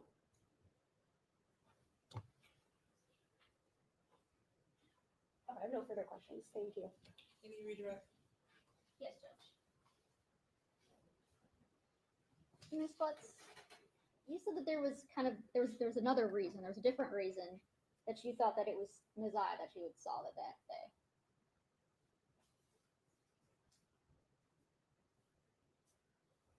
When you were starting to compile, or when you talked to Shannon Harris, and then you got the podcast, before that you said there was other reasons why you had thought that was Messiah. So, am I? Yes, can I what speak for- what is that? Okay, Yes. so, at the time, I didn't know. Once I realized that it was a possibility, that I saw her, there were several reasons that led me to believe, that it was a possibility I was there. And I didn't want to get into detail as far as what I knew before the podcast. But if you would like, I would explain to you why I thought these things. Yeah. It's up to you. Can we approach? Yes. We'll be right back. Go in the hallway.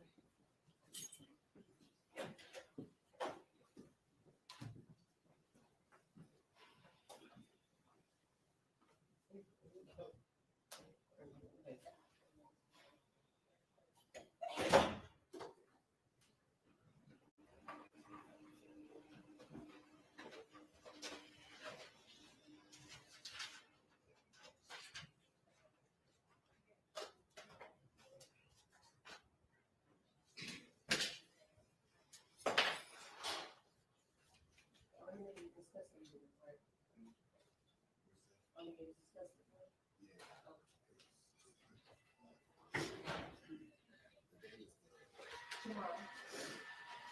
We come back.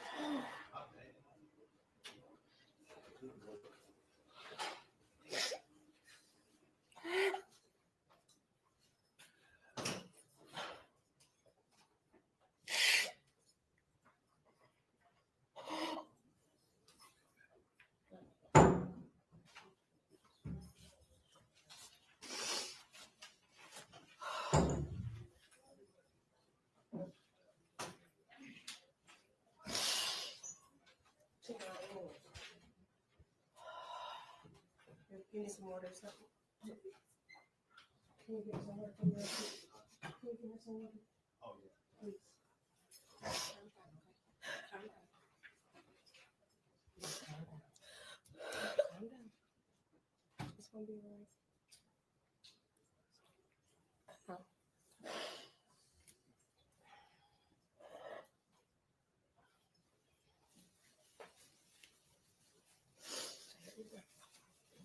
It's gonna be okay.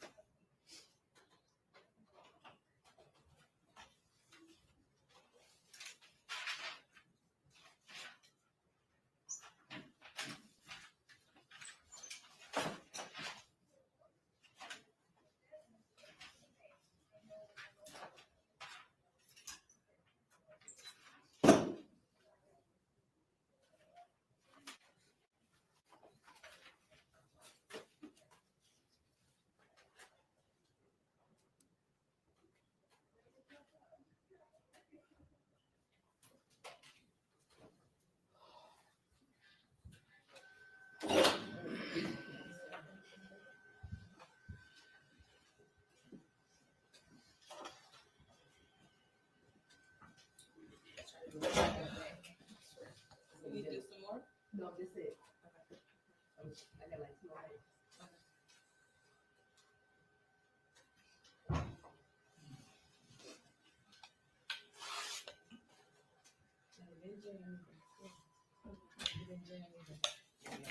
Okay, we are back on the record. Ms. Butts, you are still under oath. Ms. Ripley, go right ahead. Thank you.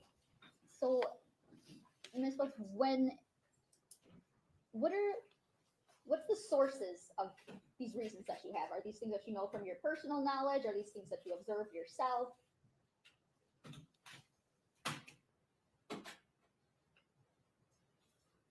I'm sorry. That's okay. Repeat that. So these reasons that you were thinking of, what are the sources of them? Is it somebody told you something? Is it something that you saw yourself, you observed, or a coupling of that? I would say a bit of both. Things that I was told and things that I heard. Okay. Were there heard from Jarvis? No, Okay. Were these things that you had already known prior prior to to thinking that was Messiah that you saw? I'm sorry, I'm confused on the question. So are these things the sources that you have for these reasons? Are they like things that you have personal knowledge of, or are they things that somebody told you about?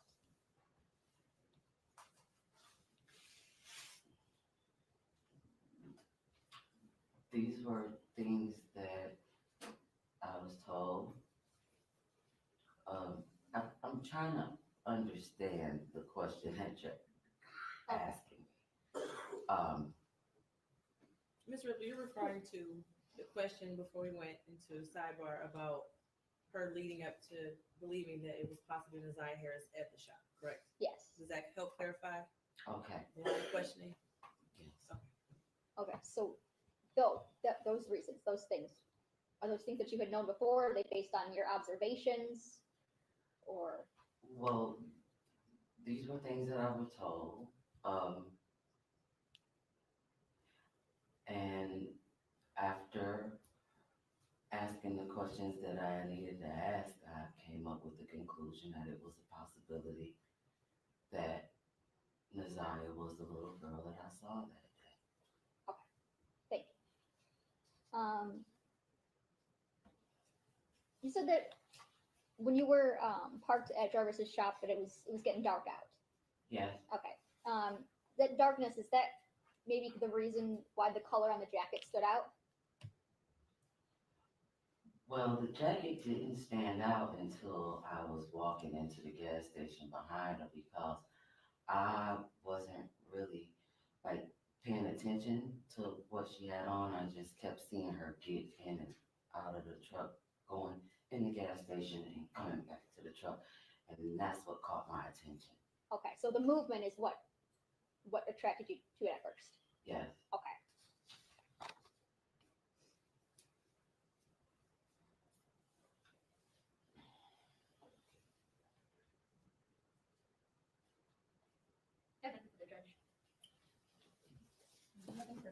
Okay, Ms. Bussey, you're done testifying. Watch your step coming out of the witness box, okay?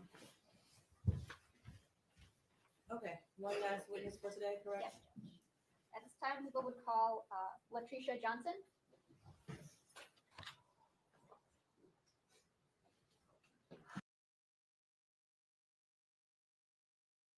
You swear to tell the truth, the whole truth, and nothing but the truth.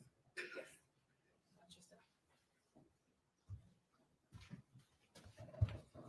Speaking from right here, pick it up and hold it in your lap if you like. Mayor, thank you. Could you state your name for the record? Talasha Moore. And, excuse me, Ms. Moore, I'm gonna ask you a couple questions, but first I wanna ask you, do you know someone by the name of Cordell Wright? I do. And how do you know Mr. Wright? He is the father of my nephew, my 17-year-old nephew. So, your sister's son? Yes. Gotcha. And is that how you met Mr. Wright? Yeah. Or your sister? Yes. Okay.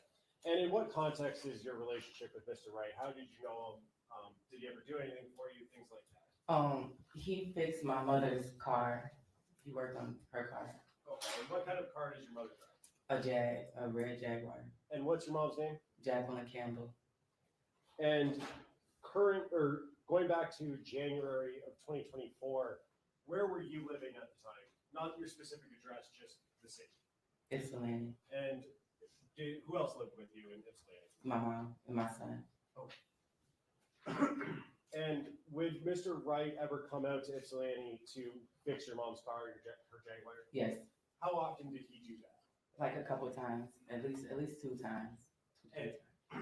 And was that around January of 2024? That was the last time. In January was the Yes. last time? And when he would go out there, would he bring anyone with him? This last time he did. What about Or prior? the last 2 times. So before January 9th, him and someone else came, and then on January 9th, they both came. Okay.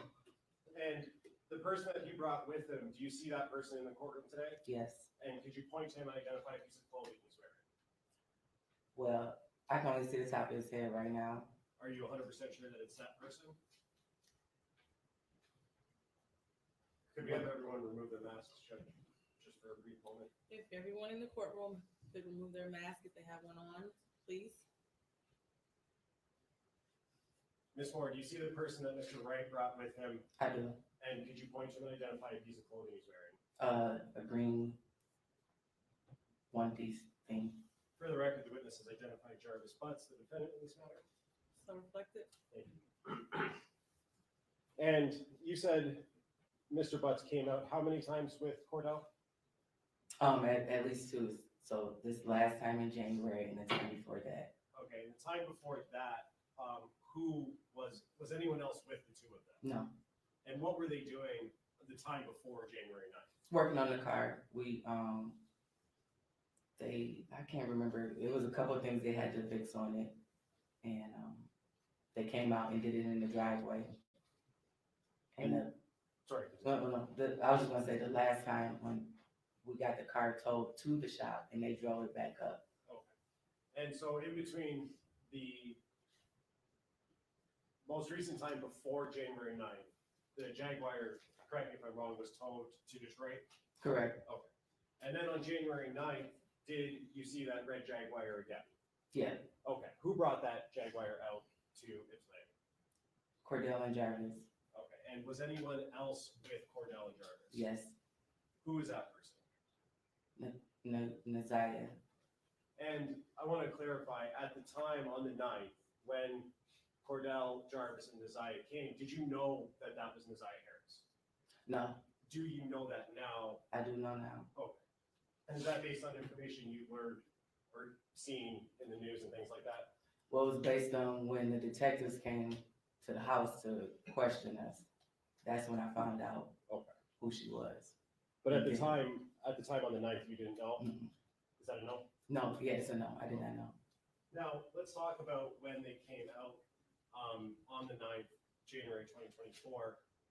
What was that interaction? How long did it last? Can you kind of take me through start to finish their visit and delivering the car? So they came, they delivered the car. They were talking to my mom about what was wrong, gave her the invoice. It was just like a regular day when they came in, they sat on the couch for a few minutes. Naziah was sitting in the chair by the TV. We spoke, very brief. Asked her if she wanted something to drink. She didn't. My 6-year-old son ran up to her, the dog. It was just very mellow. They sat there, we talked about the car and stuff. We talked about my nephew. Cordell was trying to wait till my nephew got out of school, but because he was on tether, they had to leave, so they didn't get to stay long enough for my nephew to come. And your nephew would be Cordell's son? Cordell's son, correct. Did you talk to Mr. Butts about Naziah? Did he introduce her or anything like that? We just asked, hey, everybody spoke. He said this is his niece, and that was pretty much the basis of it. I cannot remember if he said her name or not, but he did introduce her as his niece. And so, just to be clear, not sure about the name, but he said this is his niece, about Nazaya. Mhm. Is that a yes? That's a yes, I'm sorry. Okay. And then after that conversation, well, let me ask you, during that time when they were there, did you notice anything that was unsettling or concerning about Nazaya? No, It was just a normal interaction. yes, After that interaction was over, did the three of them, Cordell, Jarvis, and Nazaya, leave your house? yes, Okay, and as far as you know, they were headed back to Detroit, correct? correct.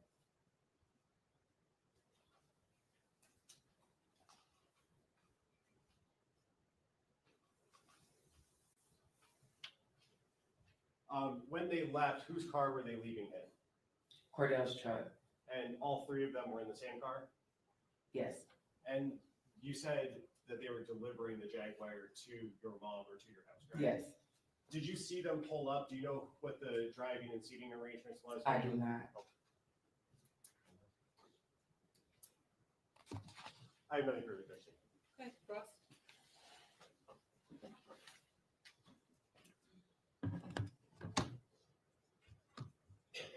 Good afternoon. Good afternoon. So you're technically not related to Cordell, right? Correct. That's just the uncle of, I'm sorry, he is the The father father. of your nephew. Okay. How would you say your relationship is with Mr. Wright?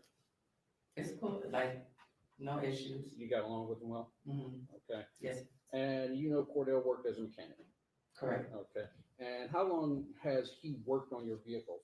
Was this something new or had he worked on your vehicles previously? I think he might have changed the oil on one of my cars a couple years back, but not that frequently. Okay. And you knew he had did you know he had a shop that he worked out of? Yes, Okay. Had you been to the shop? yes, Okay. And you said that there was a time prior to January 9th that he came up and worked on the car, correct? correct. And you said that my client was with him that time. Correct. Do you recall when that was? It had to be in the summer. I cannot recall the exact date. But it was summer of 2023? Yes, Okay. And that was the first time you had seen Jarvis Butts?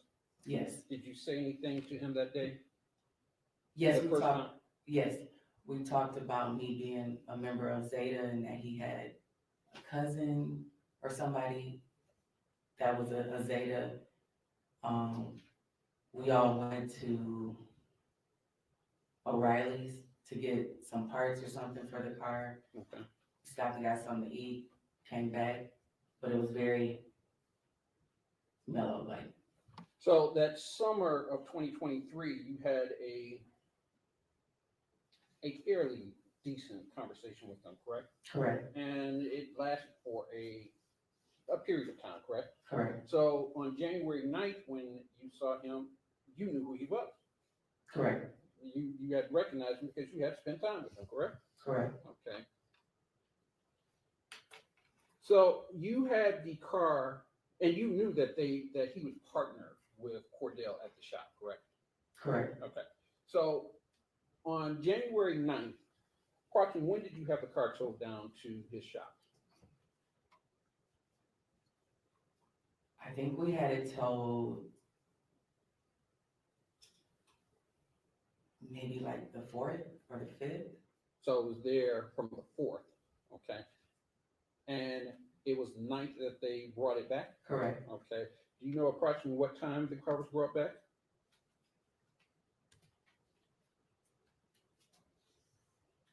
Had to be before 3:30 p.m. It was Well, 3:30? no, it had to be before 5:30 because my sister got off work at 5:30, so mid-afternoon. Okay. But you're not sure the exact time? I'm not sure the exact time. Was it light or dark outside? It was still light out. Okay. And they came up, they pulled the Jaguar in first, the driveway. Correct. Right. And then Cordell's car was behind it. I believe so. Okay. And when they pulled up, Did you see them exit the vehicles? No, Okay, so you don't know who was driving what? I don't. Okay, so at that point, they came into the house, correct? Correct. And did they all walk in together? Or Yes. Okay, so Cordell came in, followed by Jarvis, correct? I can't tell you the exact, I don't know if Naziah walked in first or if Jarvis walked in first. Okay, and this young lady. And to be fair, you didn't know who she was, Not correct? at all. Do you recall what she was wearing when she came?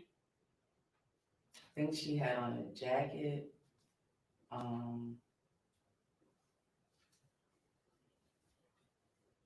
But I can't really.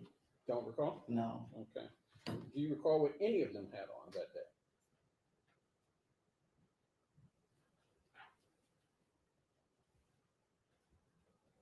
Not really. Okay. So, do you recall, without going into your house, was it dark, light in your house? Were the lights on? The lights were on. Okay. And you have a fairly large living room? Yeah. Okay. So when they came in, you said that Naziah sat next to the television. So yeah, like if when you're coming in, there's like a red cabinet type thing. The TV sits on top of it, and then there's a chair right, like a chair sitting right next to it, and that's where she was sitting. Okay. And when she came in, did she introduce herself? She did not. Okay.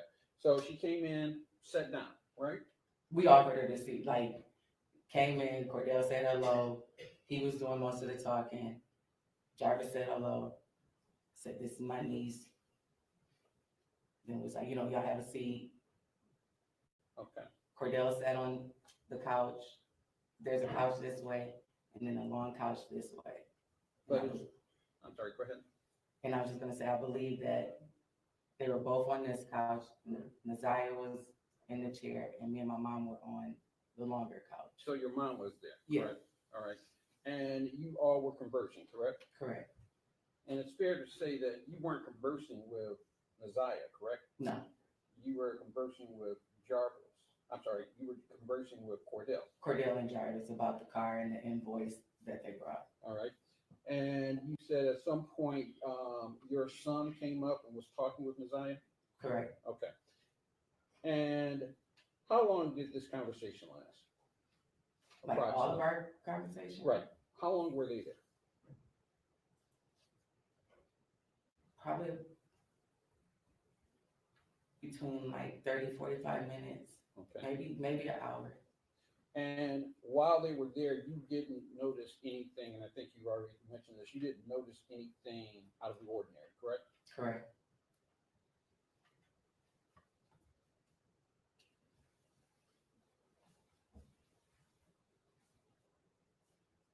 Did you see Jarvis Butts conversing with Naziah Harris? No. So they didn't have any conversation? No. Okay. And you didn't notice anything awkward or out of the ordinary between the two? Correct. Okay. I didn't notice anything. So after about an hour, they left? Correct. Was it light or dark? At that It was point? still fairly light. All right. And they got into Cordell's car, correct? Correct. You don't remember the scene, I think you've already No, said I that. do not. But was Cordell driving? Correct. Okay. So that day you didn't think anything out of the ordinary happened, correct? Correct. And at some point you were contacted, correct? Correct. When were you contacted? Well, we were contacted by Cordell the next day because when we paid the invoice, it was $70 short. So we had to get Jarvis's Cash App to send the rest of the money. So that was the last part of the conversation. And then the detectives came, I want to say the end of March. So the end of March. So I believe. I don't know the exact day, but it was at least a month or two later. And it was when the detectives came, is when you found out that the person that was in your house was Naziah Harris, correct? Correct. All right. And did they tell you that this person was Naziah Harris? They asked me if I knew who she was, and they asked me if I knew who Cordell was. They showed me a picture of Mr. Butts. They asked me if I knew who all these people were, and they asked me if I knew her name, and I did not know her name at that time. Okay. And they told you her name?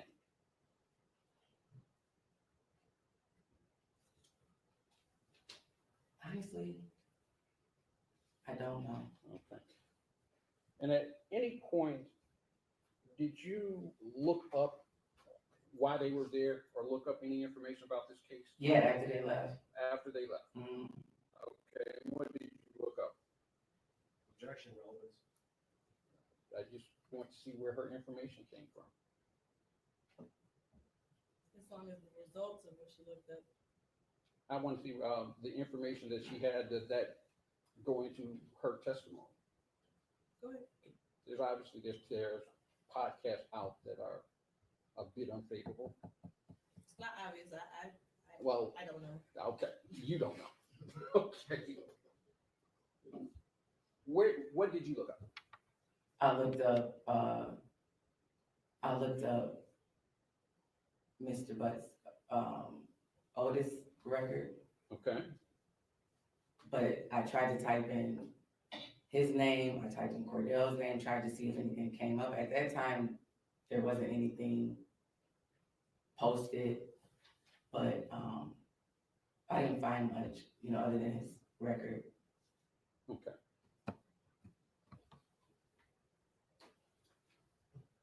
Just one more.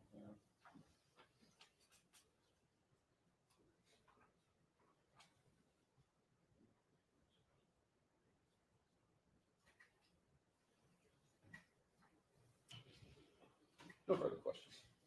You need redirect? Yeah, very. Ms. Moore, Mr. Reagans was just asking you about information that you looked up and things like that. When the police were at your house, though, when the detectives were at your house, first, do you know if those were Detroit police officers? Yes, Detroit police Detectives, okay. And you said that they showed you a picture of, in court, you said Naziah, right? Say it one more time. They showed you a picture of Naziah at that time, correct? Correct. Did you identify that picture when the police were there as Naziah Harris? Did you say her name? No, I said that's the mechanic's niece. So just to be clear, you identified her as the girl that was at your house Correct. with the defendant, Jarivs. Correct. Oh. And that was before you had looked up any information? Correct, because I didn't know anything until the detectives came to the house. And while Naziah and Jarvis and Cordell were at your house, you said Naziah was sitting next to the TV? Mm-hmm. Yes. And did Naziah, during that 30 minutes to an hour, ever get up and leave, use the restroom or anything like that? No.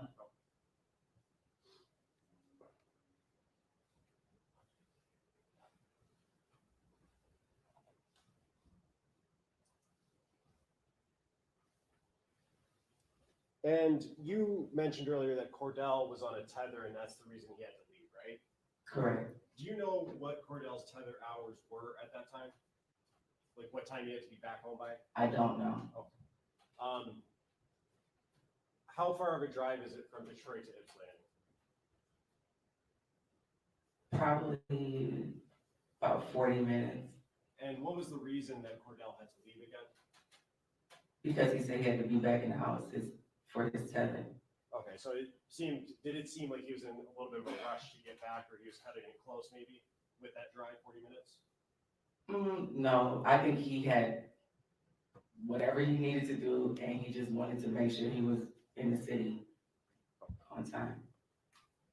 But is it fair to say that he would have left somewhat closer to his cutoff time? If that's the reason he left, or that he said? Yeah, I object. I think that calls for speculation on her part. I was going to say, I don't know. I'm sorry. Do you want to respond? If she knows, I think it's a close call. If you know the answer. I don't know, I can't say. I have nothing further, Judge. Thank you. Okay, you are done testifying. Thank you. Watch your step.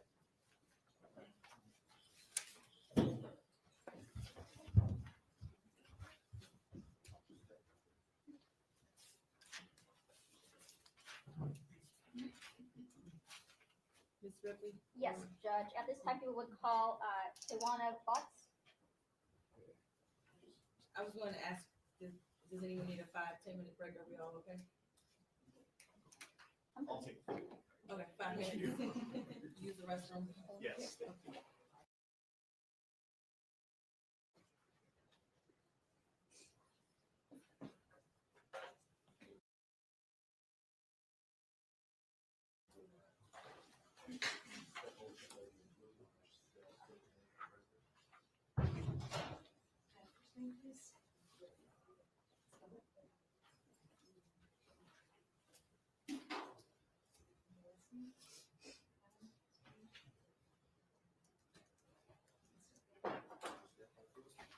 Raise your right hand, please.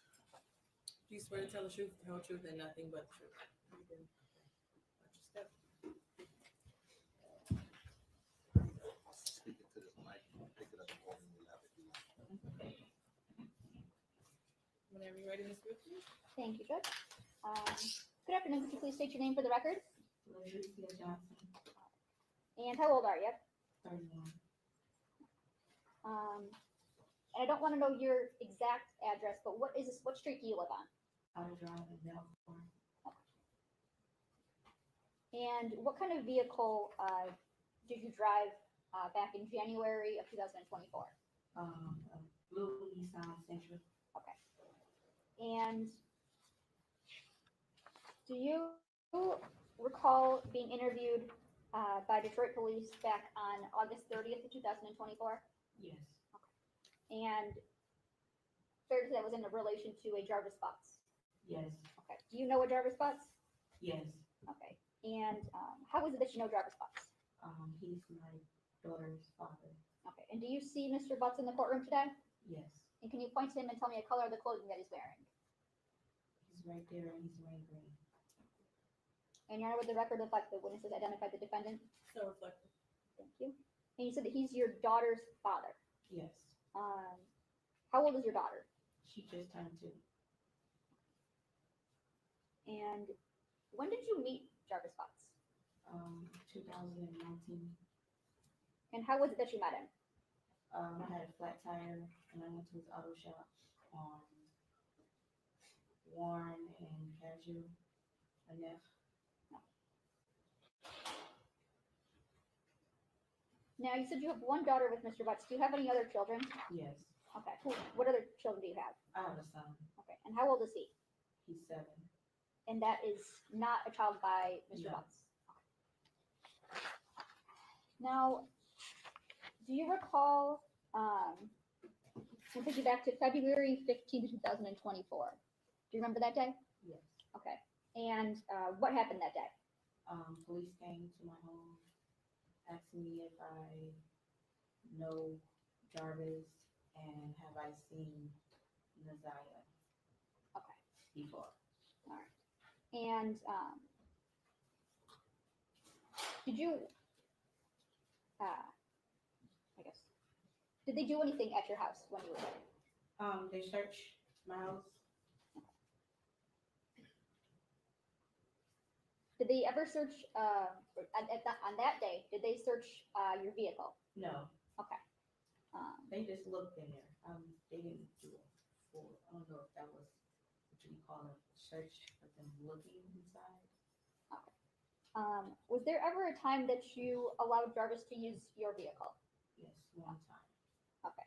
And which, 2 times, I should say. 2 times?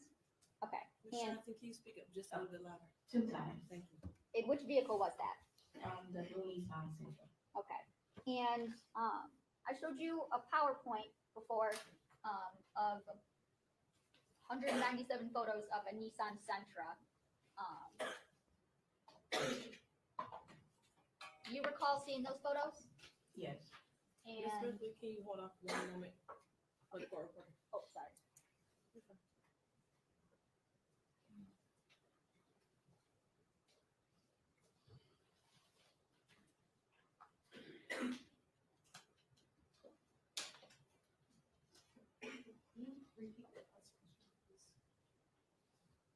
Yes.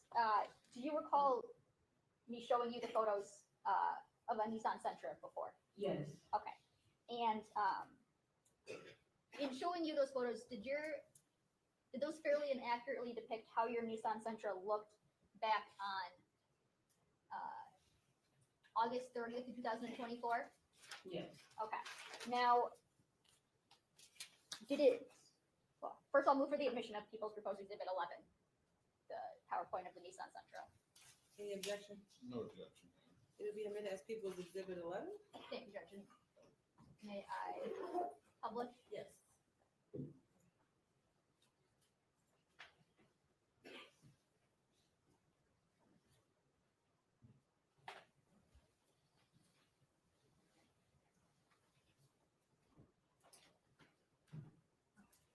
Now, when you let Jarvis Butts borrow your vehicle, did it look, how it was photoed? The back was messed up, but the front was good. It Okay. was fixed. So back in January of 2024, your car still had the front end? Yes. Okay. Is that the only difference in how it looked On from? the photo, yes. Okay. So that's the only difference in how it looked from January of 2024? Yes. Okay.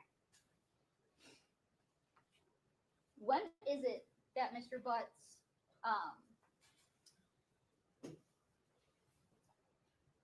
borrowed your vehicle?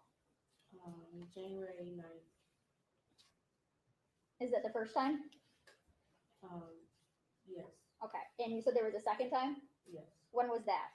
I think it was either the next day or the day after that day. I don't remember. Okay. The first time, let's talk about the first time.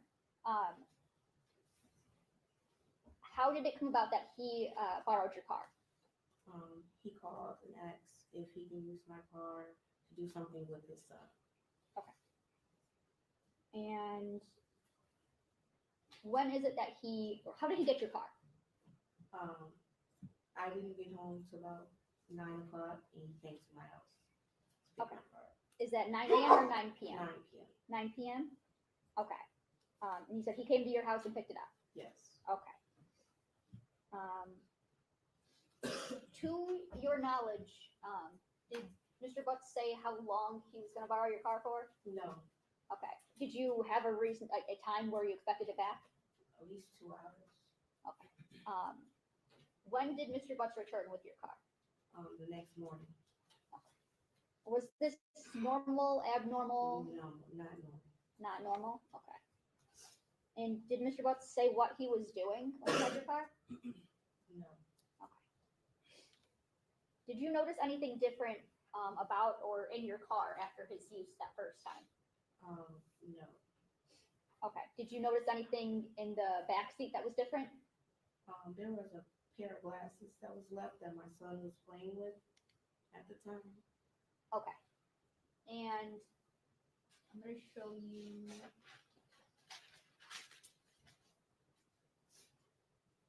In People's Exhibit 11, photo 37.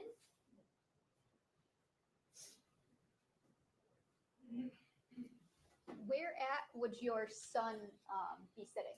On the passenger side, Okay, in the passenger. on the back seat. So.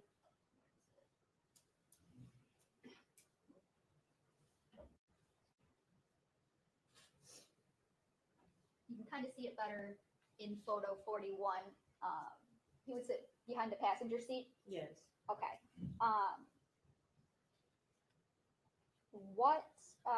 Describe the glasses that he was playing with. I believe they were clear around the frame part. I don't know what the ends look like, but I do remember they were clear around the frame. Okay. And I want to show you what's already been introduced as People's Exhibit 12.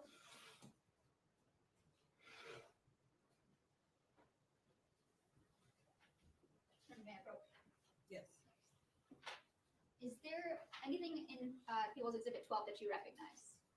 The glasses, Okay, how is it that you recognize those glasses? they were clear just like that, the one my son was playing with. Okay.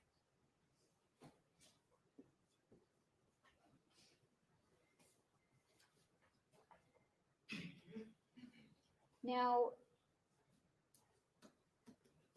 you said your son was playing with them in the back seat. How did you get them from your son? I told him to give them to me because I didn't know whose glasses they were. Okay. How is it that you come to ask Jarvis about these glasses? Well, my son was playing with them when I was with Jarvis at his shop. And I guess, The next day, I went up to the shop, and my son, like picking my son up from school, Jarvis was see his daughter, and my son was playing back with the glasses. okay. From when Jarvis had borrowed your car and returned it to you picking up your son from school, had anybody else borrowed your car? Yeah. Okay. So you're at the shop, you see your son playing with the glasses, you take them from him. Is that a yes? Yes, I'm sorry. Okay. Now, tell me, what does Jarvis do? He snatched them from me and said those were his son's glasses. Okay.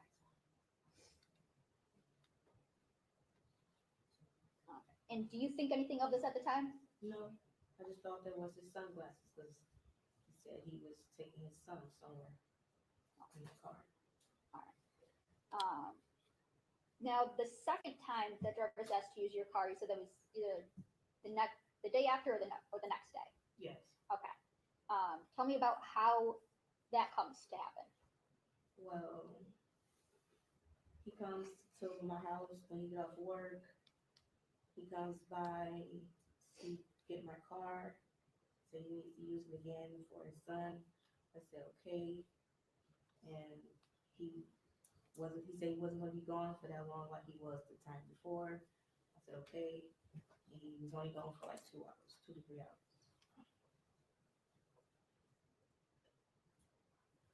Okay. And are those the only 2 times that he ever used your car? Yes, I believe so. Okay. Were there times that he would be in your car with you? Yes. That he would take in places? Yes. Okay. Have you had any contact with Jarvis since he turned himself in on February 7th of 2024? Yes. Okay. And what was that through? Phone calls, get out, text, app. Okay. And You need to pull that microphone off the ledge. Yep, that way I can hear you. Okay. Thank you. do you recall a phone call in which Jarvis asked you some things about your vehicle? Yes. Okay. And you've heard that call before? Yes. Okay, and was that call that I played for you, was that a fair and accurate depiction of the call that you had with Yes. Jarvis and him asking you about the car? Yes. No, I move for the admission of People's Proposed Exhibit 13. Any objection? No objection. And Okay. Your Honor, may I publish? Yeah, it'll be admitted as People's Exhibit 13 and you can publish. Can I also see Exhibit 12 when you get a moment? Yes, Judge. Mayor. Yes.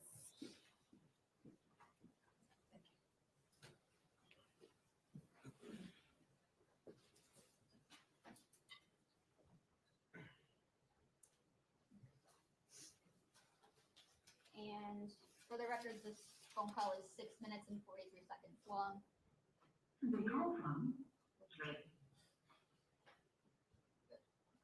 You didn't get what she said? Wayne County Jail. This call is subject to recording and monitoring. The inmate has requested that you pay for this call. If you don't wish to talk, hang up now. Thank you for using Tony.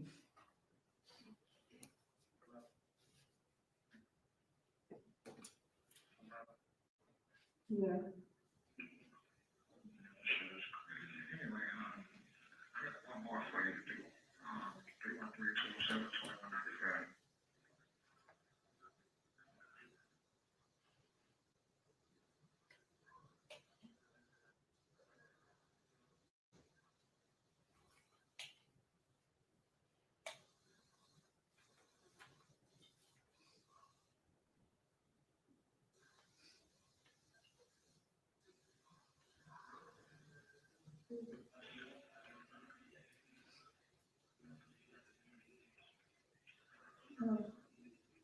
Hello?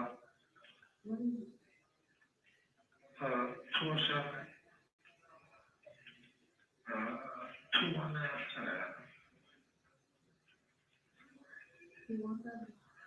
Huh? 0.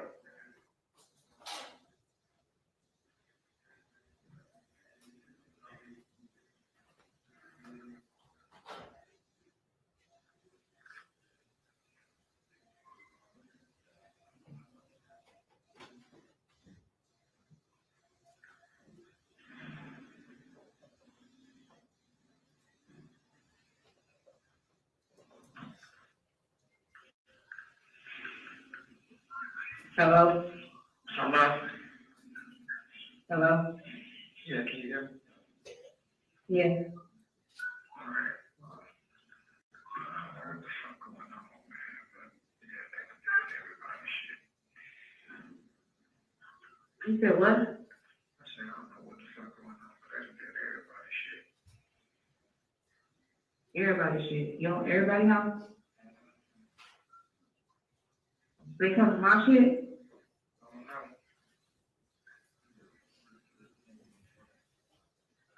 I don't even think they know of me. But I need you to,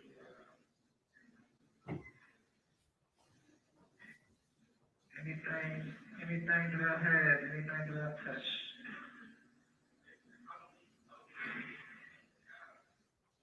That's for yourself, man.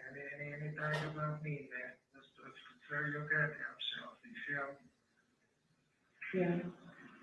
Huh? Serious. Yeah, so just say go to my house. Go to my house? Yeah. Go to my house, man. Alright.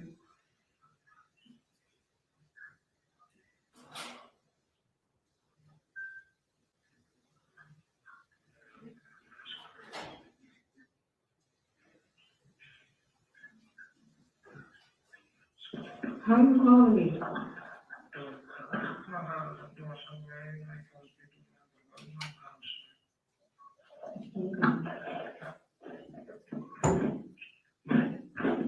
I'm sorry. Huh? Go to my house, get my car. Get her car? If you gotta go home, use her car. Okay.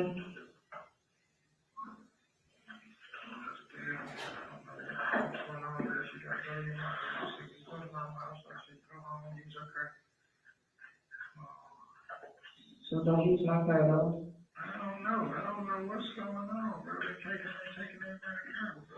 Use your mama car. You can drive around, man, trying to put yourself with your mama car, man. Your brother carries somebody's car.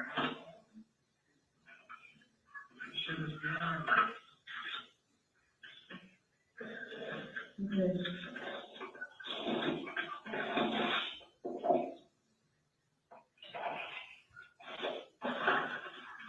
It's beyond me. I don't know what the fuck, man.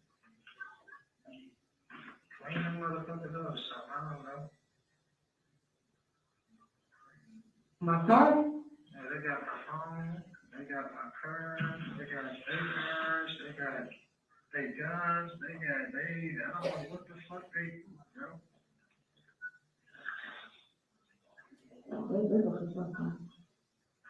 Yeah, but what the fuck did that got shit to do with me is what I'm saying. That got shit to do with me, man. I'm not understanding what the fuck is going on. You feel me? Mm-hmm.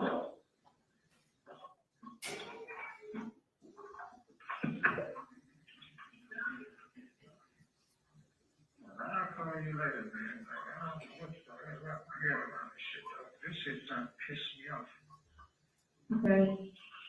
I'll get in touch with you later, man. Okay. All right.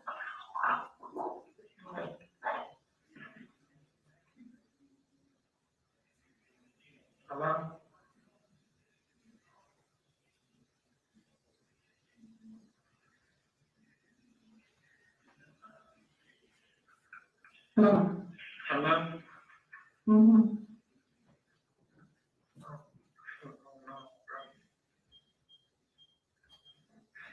You got your job, your regular job?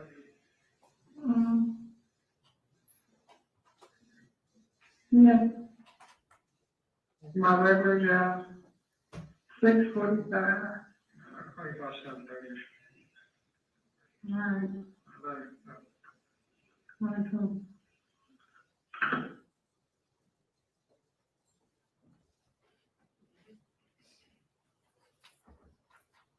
Now, what is it? What did you think when Jarvis told you those things? I didn't know what to think when he told me those things.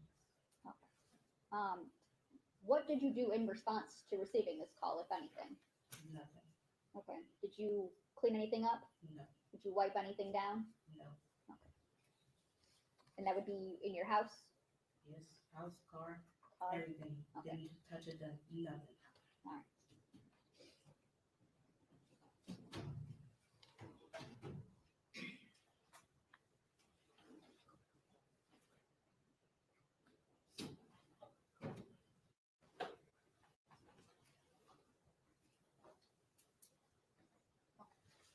So, just to clarify a little bit, Jarvis borrowed your car on the 9th, Yes.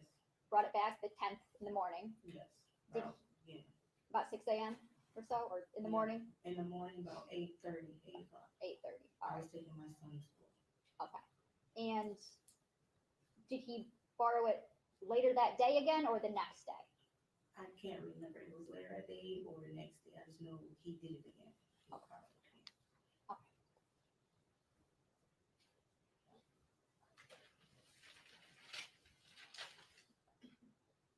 I think they're just.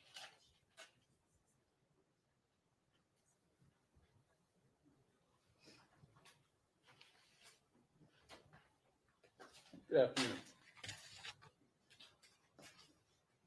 And you indicated that you knew Mr. Butts since 2019, Yes. correct? You met him at the shop, correct? Yes. At his shop. Yes. Would you describe your relationship with him as a Whole. I'm sorry? He said as a whole, we do. Would you describe it as a physical relationship or was it a real relationship? It was a physical relationship. Okay, so you knew Mr. Butts was seeing other people, correct? Yes. All right, so that's not a surprise to you, No. correct? The fact that he lied to me, that's a surprise. Okay.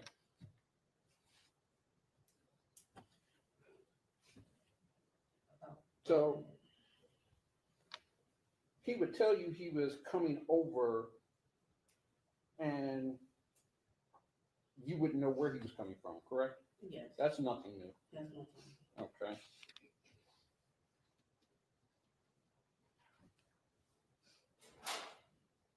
Do you know, besides your daughter with Mr. Butts, do you know Mr. Butts' other children? I met quite a few of them. Okay. Have you met any of the other mothers? About 2 in the beginning of the relationship we had. He introduced me to about 2 or 3 of the mothers. Okay. And have you had any issues with the mothers? No. Okay. So you know Mr. Butts works as a mechanic, correct? Yes. And have you ever seen him wearing safety glasses in the shop? Yes. Okay. Safety glasses are clear, aren't they? They're not those. They're not. They're not the kinds that I've seen. No. Okay. So he borrowed your car on the 9th, correct? Yes. And you said he came over around 9 p.m. Yes. All right. When he came over 9 p.m., was there anything out of the ordinary that you noticed? No. Okay. Did you have a conversation with him that day? We swapped out cars. We had a quick swap out cars, and he was gone. And there was no other conversation that day? You didn't notice anything about his appearance? No. Didn't notice anything about his demeanor? No. Okay. And you say he came back the next day? Yes. All right. The next morning. Could he have dropped your car off later that night? I mean, earlier that night? No, he did not. He didn't drop it off at, say, 2 or 3 o'clock in the morning? No, he did not. Okay. And you said that your son, and forgive me, I'm not trying to be disrespectful, but there was a lot of things in this car. Is that the condition the car always was in?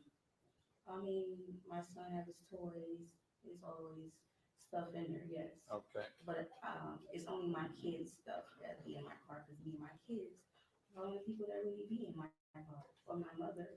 Okay. And your testimony is Jarvis, but prior to the night, they'd never been in this car before? Oh, no, he's been in my car. Okay. He's been in my car. I take him places. Okay. So your son finds the glasses, Yes. correct? And you say he finds the glasses, this would be on the 10th? He finds the glasses? Yes, either the next day or whenever. I don't remember what day, but I know the next day. It was the next day.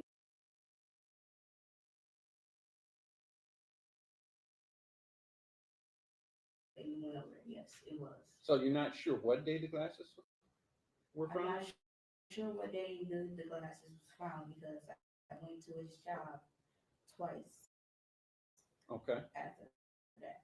So I don't know which day. I don't know if it was the 10th or the 11th. So it could have been either day. Yes. All right. But And it was in my car. so your son was playing with these glasses.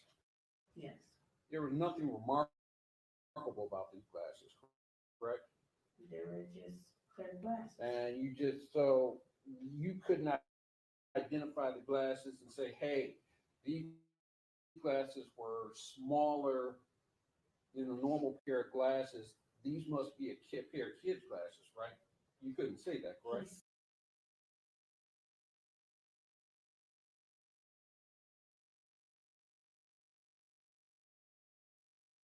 Said there were his son glasses. So, is he saying it's his son that would mean it was a kid glasses, right? Okay.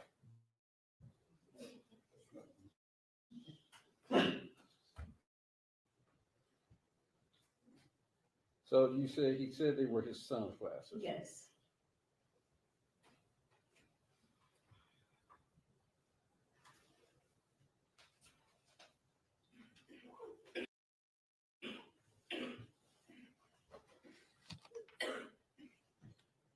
And Mr. Jarivs.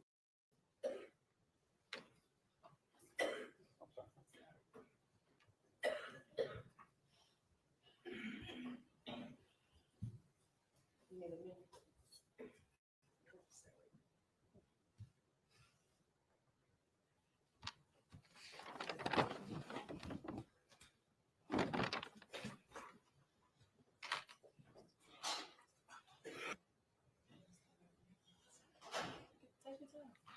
You sure? I gotta hold you one more. Oh, okay. I got you.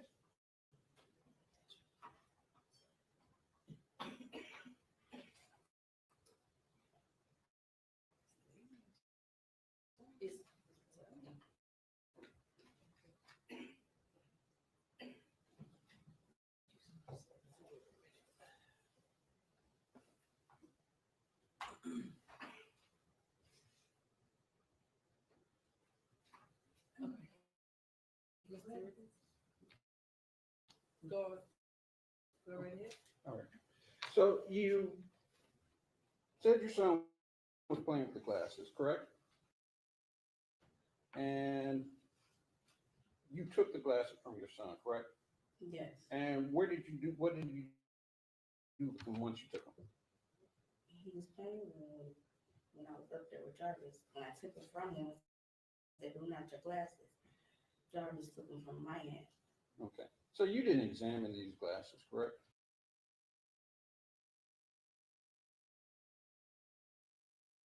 I put that on his face. And he was playing with him on